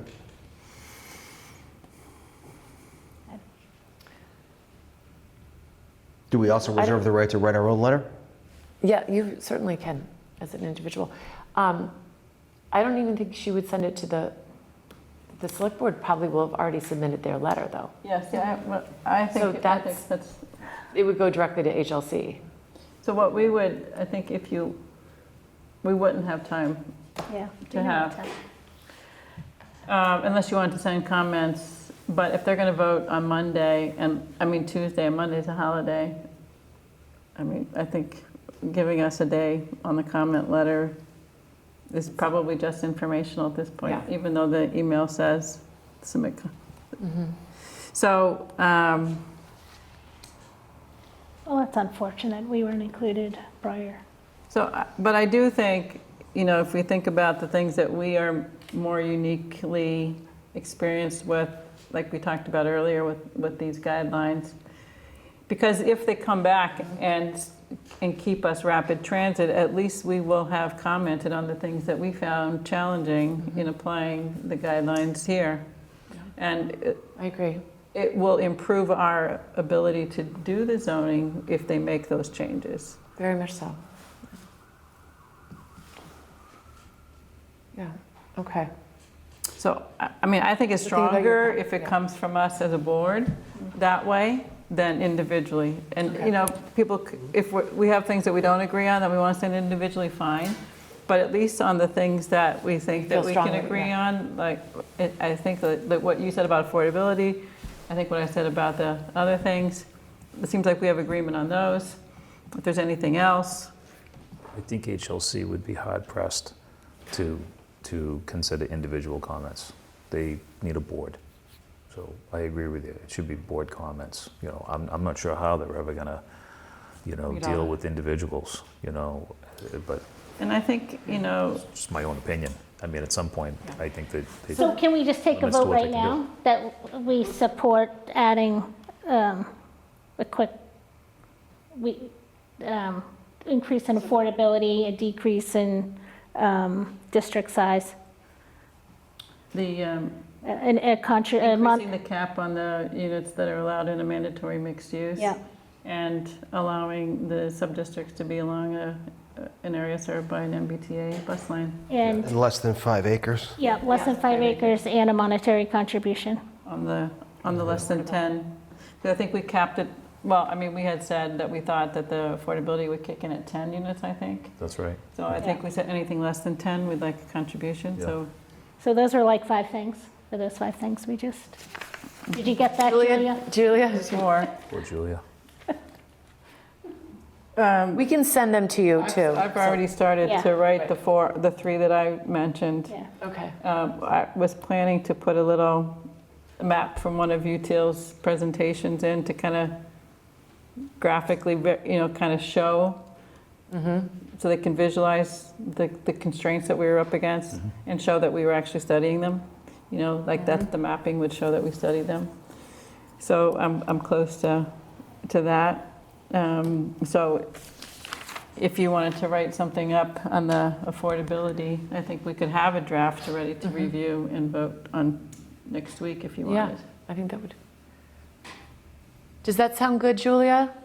Yeah, but we need to submit it by Tuesday. No, we're going to Isn't submit it- separately. We're going to say, okay, you want to submit separately? Okay. Yeah, that's I what you think the wanna do. planning board will do their own. Oh, okay. That's. And I think, well, the things that we just talked about agreeing to, I think the select board, we can see what their letter says, but they will probably address different things. Right. They're It probably does. more big picture. Yeah. It does. I don't know how what we just talked about is going to fit into the letter that I Right. read. I just don't think Yeah, it will. so we should keep ours. Yeah. Ours are more technical because that's the Right. level that, and those are more of an And I think they'll overview. show that we've been grappling with how to comply. And I don't think that's a bad thing, to demonstrate that we have. Yeah. Good. Okay. Okay. We are in agreement on that. So, So I just want, lastly, just well, yeah. agreement on when we're going to engage the public, a time frame. I would like to, We know we have Tie town it to a meeting map. come up. We know we have East Milton Forum coming up. We're going to have a May town meeting, so I just don't know what we think we would. should get something on a calendar. An opinion that I'll offer, it would be the engagement we had from the public happened after they had something to consider, right? Something that was developed that they could consider. Yeah, Tim had a monthly the whole time, before we had any zoning to consider. And it just brought people up to speed. And, I think there's a lot of uncertainty about where Milton is in this right now. And so I don't think we have to show any districts. We can basically say where we think we are, what we think we're going to do next, and how we want to address two different paths, knowing that the outcome is still of what our classification may still be open. I have my doubts about that myself. But I think what we could say is, these are the 2 directions, and we should put some parameters on what we think, how we would approach it. And we would have to discuss that. I don't think we have to decide that tonight, but if we set a forum up for a month or so from now, we will have time to discuss it. We were going to have UTIL do a presentation in November. They were preparing a presentation for that, and it was going to just bring people up to speed on what we had looked at to date there. So we also have to remember, Tim had those meetings because nobody knew anything, like nothing.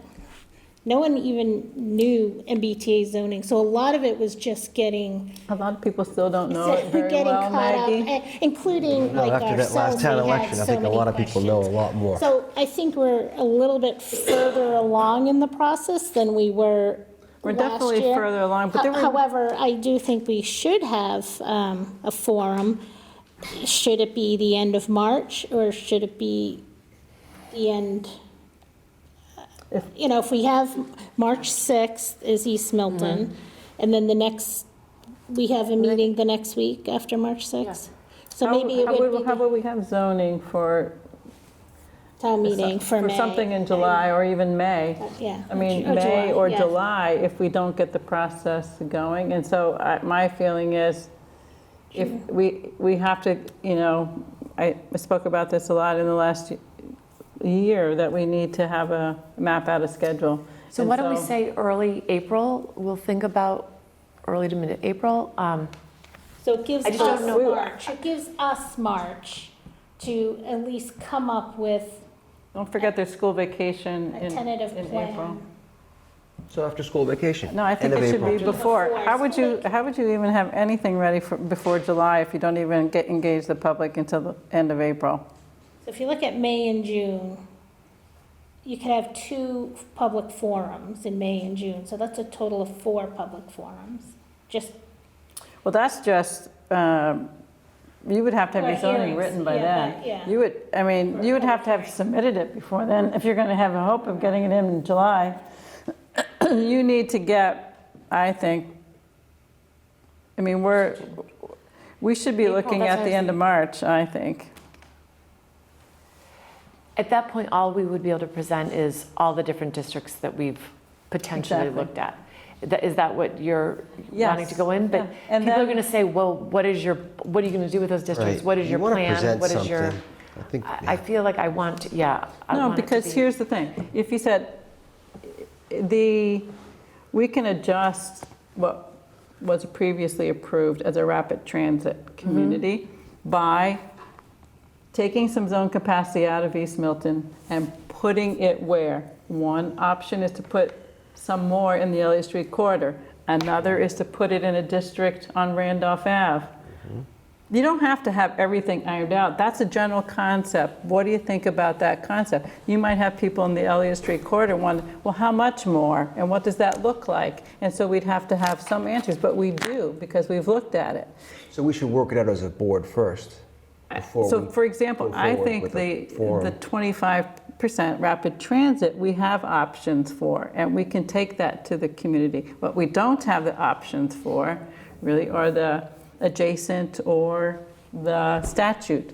So we would need to spend some time thinking about that between now and then. But even then, we don't have to have it all ironed out. We could say, here's the areas that are within a half mile of the commuter rail. The largest one is near Blue Hill Ave, which overlaps with the trolley, and we think this is a good area to concentrate. And just start the conversation with people before we say, yeah, that's it, this is the district. And we used 20 grand of UTIL's time, and we have to backtrack. If we could get as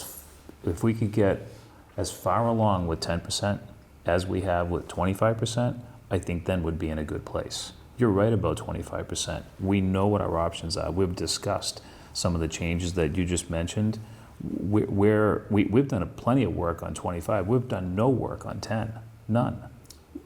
We've done, we know where the zones are within the commuter rail. And I said in the email that I sent all of you, where that action plan was attached, I think we should focus around the Blue Hill Ave because of the overlap with the trolley. And I think we could, if we're meeting with UTIL on the 13th, is that when they're coming next? We haven't scheduled them yet. Well, we should schedule them because we can start talking to them about that area. In the paper mill. In the paper mill, that's fine too. So if I we think- set yeah. ourselves a goal of a meeting, then we have to think from the end out. If we're really going to try and hit July, we need to jump on. That's why I was asking earlier about waiting a month to have a meeting, because we need to start jumping on that alternative option and then have public input. 10%. Yeah. Yeah. So My I would my be- point is, I have no issue having a public forum, but we can't show them what 10% looks like if we have a public forum. What are we going to say? Well, where do you, this board needs to discuss where. That's my point. That's all I'm saying. That's why I'm saying we can't wait a my month point. to have a No, meeting. no. What you're saying is you want to have a public forum before we have something to show people. No, I'm I said saying we can have a public forum. The question's going to be, can you tell us what the 10% plan looks like? And what are we going to say? What I'm saying is, we set a date for a public forum, and we work to get something to show for a 10% plan for that forum. We've had over a year. That's fine, We Charlie. haven't done So anything. What calendar would you like to do that on? We have a month that we're talking about not having a meeting, right? And I'm asking when UTIL's coming next, and they're not scheduled. In fact, we have to talk about their contract next week. So if we talk about their contract next week, I'm thinking we could have UTIL come on the 13th and discuss, and have them come prepared to start Sure. working. We could probably almost, if we get the person who can do things in live time, we could get a significant amount done on the meeting on the 13th on a 10% plan. I Right, think if that's you fine. ask them- My point is, I think we absolutely should do that before, so we Yeah. can show the public something. Right. So I think we can ask them to work on, And I'm happy to ask Cheyenne to schedule. She had said when, and this is all, I mean, it's been sort of, with her now being out, but Right. I just didn't know what we were going to hear from the select board and what we were going to ask UTIL, and I just didn't want to start spending their money and time until we have it. we don't know their availability either, so We don't, I yeah. would ask if Cheyenne's able to get in touch with them before the next week's meeting, Yeah, that we can see what their schedule looks like, and ask if they can begin to work on looking at the area Yeah. the overlap between the commuter rail and the Mattapan trolley, generally in the Blue Hills Parkway area. I have felt that we really didn't study the parkway areas thoroughly as we should have before, and I think we can ask them to start looking at that before, and they can bring something to us the next time, so that Right. we come don't in with lose it. all the time in between. I was going to, exactly. So I think having them come, that date would be great. And we could have it, Yeah, And so so- I don't think a whole 10% plan should be around the Blue Hills Well, we Parkway can area. discuss that. Yeah, It's I know now we can. 10:08. Yeah. No, I get it, Yeah. I get it, but I don't yeah, want I to think just, we'll, based on some of our options that we've been looking Yeah, at. I but think- exploring that is one of the options, but Yeah, it's just, it was the largest area, and it's an overlap of 2 transit assets, so it seems a good place to start. And there's also extra space storage, which is yeah, great. there's the like whole we're- village, there's, we already know all of those, though, what we could do with those I know. is But my I'm saying, point. if what we want to present I think that would be an option, but let's, try to see how far they could get in pulling something together. But I hear what you're saying. We should have them definitely explore that, because that's an area we haven't fully maybe looked at closely enough. yeah, my feeling is if you look at Ketch's Law and you look at Granite Ave North and you look at the village and you look at Elliott Street, by the time you get to Blue Hills Parkway, if you include Unquity House, I mean, you're there, you're at 10%. Well, All right, And add Randolph Let's Ave not- from the we may 11th. not Let's meet not try to other, do it tonight. we're gonna have to, yeah. Just did it. We're at 10 o'clock, so 10 after 10. So I think that's great. So I will reach out, we'll find out UTIL's availability, and ask them to come. And if they, yeah, I'll have them, we'll put out some dates, so. And I don't want to keep adding other dates, but if they couldn't come that week of the 13th, we could consider having just an MBTA That's what we should do. meeting. we should do That's that what the week exactly what we before. should do. On the week before. And maybe take the 6th on, and say, let's just see if they're available on the 6th, and just do MBTA only. And if we do that, If then- they can't do the 13th. and if we do that, we can let the public know that there's going to be ample opportunity for them to listen, learn, and Right. provide comment Yep.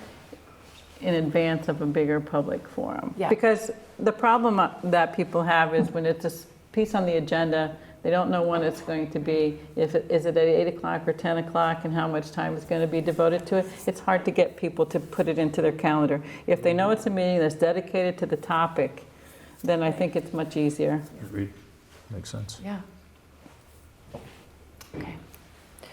All right. So, Bye, Maggie. Great, thank you so much. That was a good discussion, because certainly we will be compliant by July. We'll be done. Thank you, Maggie. Have a good night. That's good. Maggie. Good night, Maggie. Thanks. Okay, and so the last item on our agenda is the Thayer Nursery Special Permit discussion. This is, our public hearing is closed, so thank you, sorry about that. The public hearing is closed on this, so we have our, sort of the draft, and Cheryl, you had some edits. Julia, did you have something? Yeah. Wait, that's her children talking to her. Is that Julia? Yeah, I think somebody was just talking to her. Okay. Yeah, sorry. Oh, that's all right.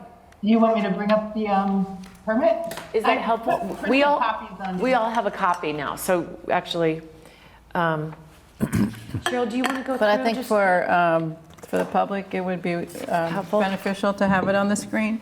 And then, Pull it up, Julia. I do have one question, and I have one comment, but whenever you guys are ready. so the yellow is where I had a question. Yeah. And the red, edits are where I changed, made a couple changes. Well, we may have a similar question. All right, go ahead, you ask first. Okay. Yeah, this is just, I think, writing it in a way that's reflective of how it should be written. So under findings, which is section 4, and you go over to paragraph C, and in yellow, which Cheryl, you highlighted, and the restriction that the business cannot be sold to any new owners, including the children of Maggie and Josh Oldfield. I think it should just say Maggie, the children of Maggie or Josh Oldfield. Because I don't think it's likely that Maggie and Josh Oldfield are having children. But also, I had a question about that, or not so much so direct as yours. Mine had to do with, let me see. I do Yeah, think, an I do think opport- that language is necessary. I mean, Oh, yeah. we have an attorney Oh, yeah. here that, someone could question that later and say, well, Well, I even questioned the existence of the sentence in there. Okay. Because on page 9, under 8, transfer of property, it says that in the event that the property and/or landscaping business shall be transferred to a third party. That seems to mean that you can sell it. Because in that case, then that third party has to seek to continue operation of landscaping business on the property, then a new application is required. So if that's the case, then how can you say it can't be sold elsewhere? well, I mean, it does say, I'm sorry, if you're there on 8, in the event that the property and/or But- landscaping business, so the property could be sold, right? But the landscaping business could too in that sentence. Mm.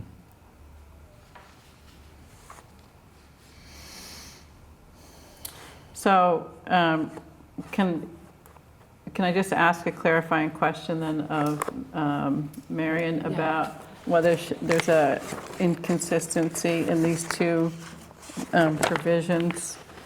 Do you see that as a inconsistency? The first provision just draws attention to the fact that it's a very limited permit that's only able to be used by the children of Margaret and Robert Oldfield, and those two children who are currently using the permit are Maggie and Josh Oldfield. So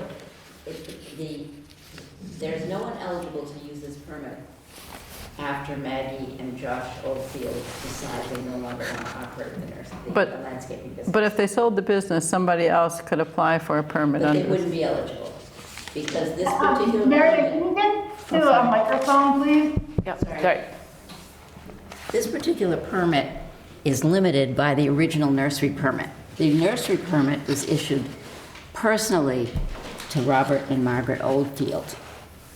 So there's the no. way this bylaw is written, the way the landscaping bylaw is written, it's tied to 2012 operation of a landscaping business, and it's tied to the way that landscaping business and nursery business was permitted in 2012. The permits for their nursery were issued many years ago, but they were issued personally to the parents because of the very sensitive, I think, because of the sensitive location of this business. And so that limitation on the nursery permit becomes a limitation on this permit, on the landscaping permit. And so the reality is that you cannot continue this landscaping business beyond I say the working life of Maggie Oldfield, of any child of Margaret and Robert Oldfield. So then, So it's maybe, so then is this the other language, the second paragraph, that's taken directly from the language in the 2016 special permit. Okay. So it's just general language saying that, you know, if someone does want to buy the business or they want to operate the nursery, they have to apply for another permit. Except that it turns out in this case, there isn't going to be anybody who's eligible to apply for it. And I think, well, it's important for everyone to realize that. Well, that's why it's confusing to me that it implies on page 9, section 8, that it can be done. Well, that's the second paragraph, right? The transfer of second paragraph property. says, I get my glasses. The second paragraph says, but they have to be eligible to apply for the permit. But then you're saying that nobody's eligible, so. Well, that's true. So it seems confusing to me. Now, I'm aware of those two sections, and I realize you might find them confusing, and if you'd like to, you could take out the first, you know, The permit. take out the first one, refers specifically to Maggie and Josh. It's just an interesting fact about this permit, that it is not something that can continue indefinitely. Well, Should we just take out the transfer of property? I think we should just take out that whole section, transfer of property. Because that's going to be up to the, yeah. Well, first of all, you can take it out because what you're doing here is you're incorporating by reference all of the findings and all of the conditions in the 2016 special permit. Right. You've already incorporated them. Right. So if you prefer not to strike include it. that paragraph. I would just strike. And it is Okay. confusing, I understand that. Okay, thank you, Mary. And since we didn't list everything in the 2016 permit here, the question will be, well, why did you choose to list that? Right, it makes sense more. All right, thank you. All right, so the other thing that Take it. I say while you're here, just because what I thought seemed contradictory. On page 3, number 7, it says there are no wetlands on the premises, and then it continues. And then on page 7, letter H, it says the wetlands delineation and drainage plan remains in compliance, etc. So if there's no wetlands on the premises, then isn't it just a drainage plan? Well, the plan is a wetland, it's a wetlands delineation plan and drainage plan, that's what it's called. But if there's no wetlands, then there should be nothing on that plan that's related to wetlands. If there's truly no wetlands on the premises. Well, there could be wetlands off the premises that are shown on the plan. Okay, all right, Because there's a lot of drainage that comes onto this property from property above. all right. So and again. Okay, all right. That's fine then. That's the reason for Okay, that. all right. It is a little bit Okay. contradictory. Yeah, I was, again, just confusing, but I understand there could be something off property. All right. Thanks, Mary. This is testimony that was given at the hearing by the applicants. Yeah. Okay. So if you can leave it out if you want, but it was testimony that was given at the Okay. Okay. All right, so then on page, if you want to go through my on page 5, the letter was signed by The building commissioner. Right, yeah. And our interim building commissioner. And then on page 9, we had this, like, being clear about the engineer. In other permits. Yeah, I thought the same thing when I read this too. So that's. Yeah. Is it licensed or registered? Do you know which term is right? Or are they interchangeable? I always think of myself as a registered architect, but I guess I'm licensed to practice in Massachusetts and other states, right? Yeah. So I don't know if it's interchangeable or not, you know? This is the language we had in the memory care, I think. Okay, then we'll leave it alone. Or definitely in another permit. And in our site plan of approval. Yeah. And then I thought in C here that I know this was something of concern to neighbors, so I'm just going to read what this provision is about these are the decision with some of the conditions. And as Marion said, the conditions in the other permits are all included by reference. And then this provision, so I'm just going to run through these because of public interest. A, it says, by July 1st of 2025, the applicant shall have their drainage system inspected by their choice of either their engineer, who shall be a Massachusetts licensed civil engineer, or a Town of Milton engineer. The inspecting engineer shall attest that the drainage system is operating as designed by providing a letter to that effect to the planning board. Prior to application for any renewal of this special permit, the applicant shall again have their drainage system inspected by their choice of either the town engineer or their own engineer. Do we need to make that same change here? Shall be licensed? Do you think? You might as well put it in. Yeah, I would say, yeah. So, I don't know, if Same. Julia, if you can just To add. copy it down to the next, that Building other engineer line. who shall be a Massachusetts licensed civil engineer. You wanted to go where? Just We're going to copy that, copy it. Okay. and then put it down, let's see, 1, 2, 3, 4, 5 lines down from there after the words their own engineer. Yep, right there, after that, yeah.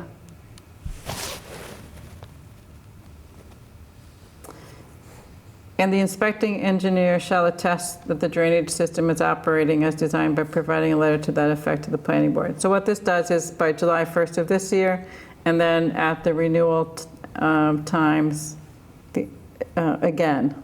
So that's what we spoke about, but that's included there. And then in letter B, the applicant shall remove posts remaining from the relocation of the sound attenuation fence to ground level.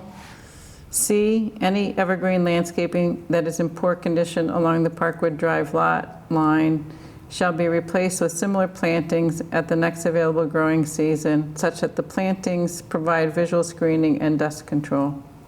Is it only evergreen plantings though, or is it plantings in general? I think it's all evergreen landscaping. Okay. Because it's designed to block view Buffer.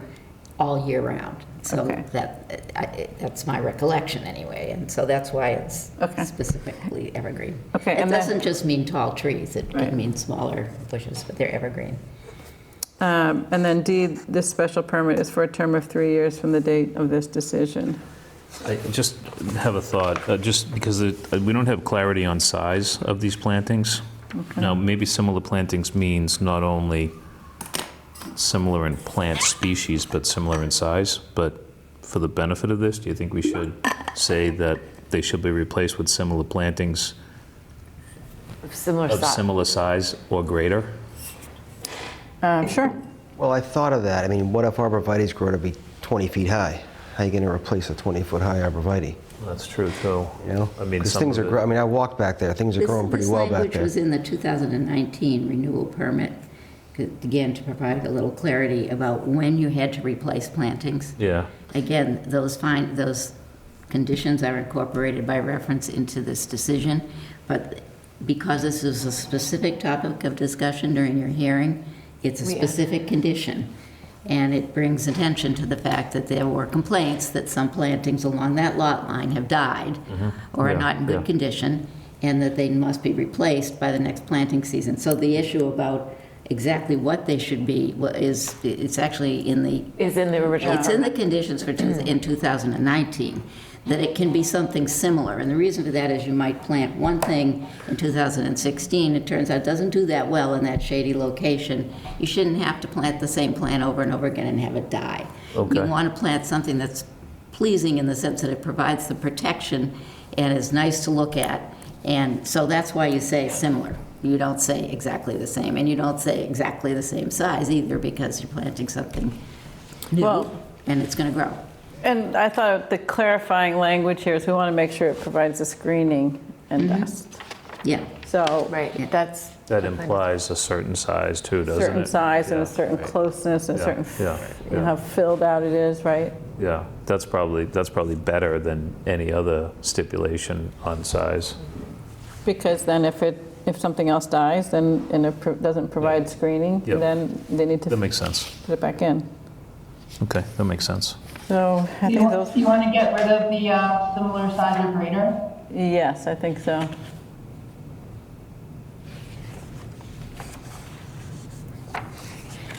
And then we want to eliminate the transfer of property. Yeah, the whole paragraph, section, eight. not There's no section eight that's anymore. You want all this gone? Yes. Yeah. Okay. And then you can remove the highlights that I put in, I think in a few places, Julia.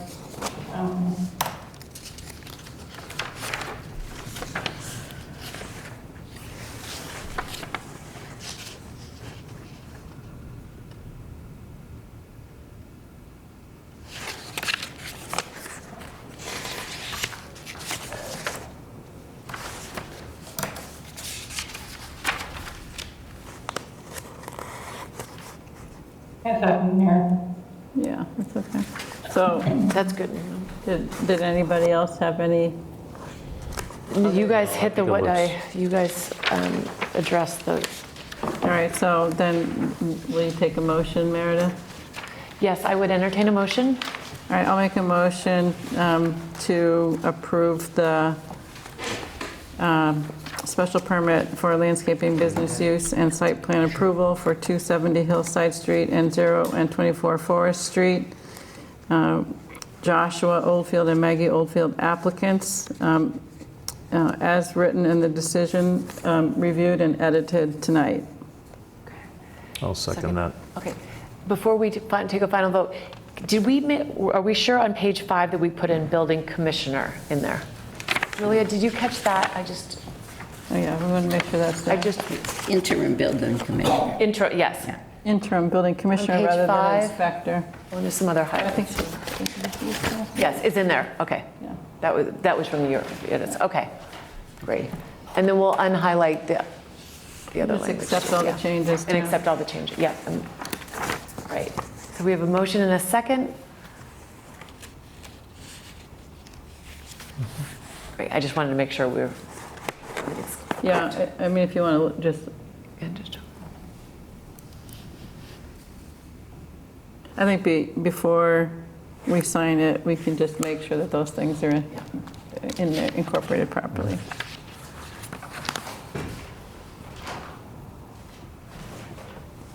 Okay, so motion, second, then a vote, all in favor?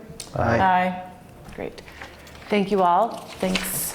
Meredith, how will that decision, do we need to come and sign it at some point? We'll need to come sign, yeah.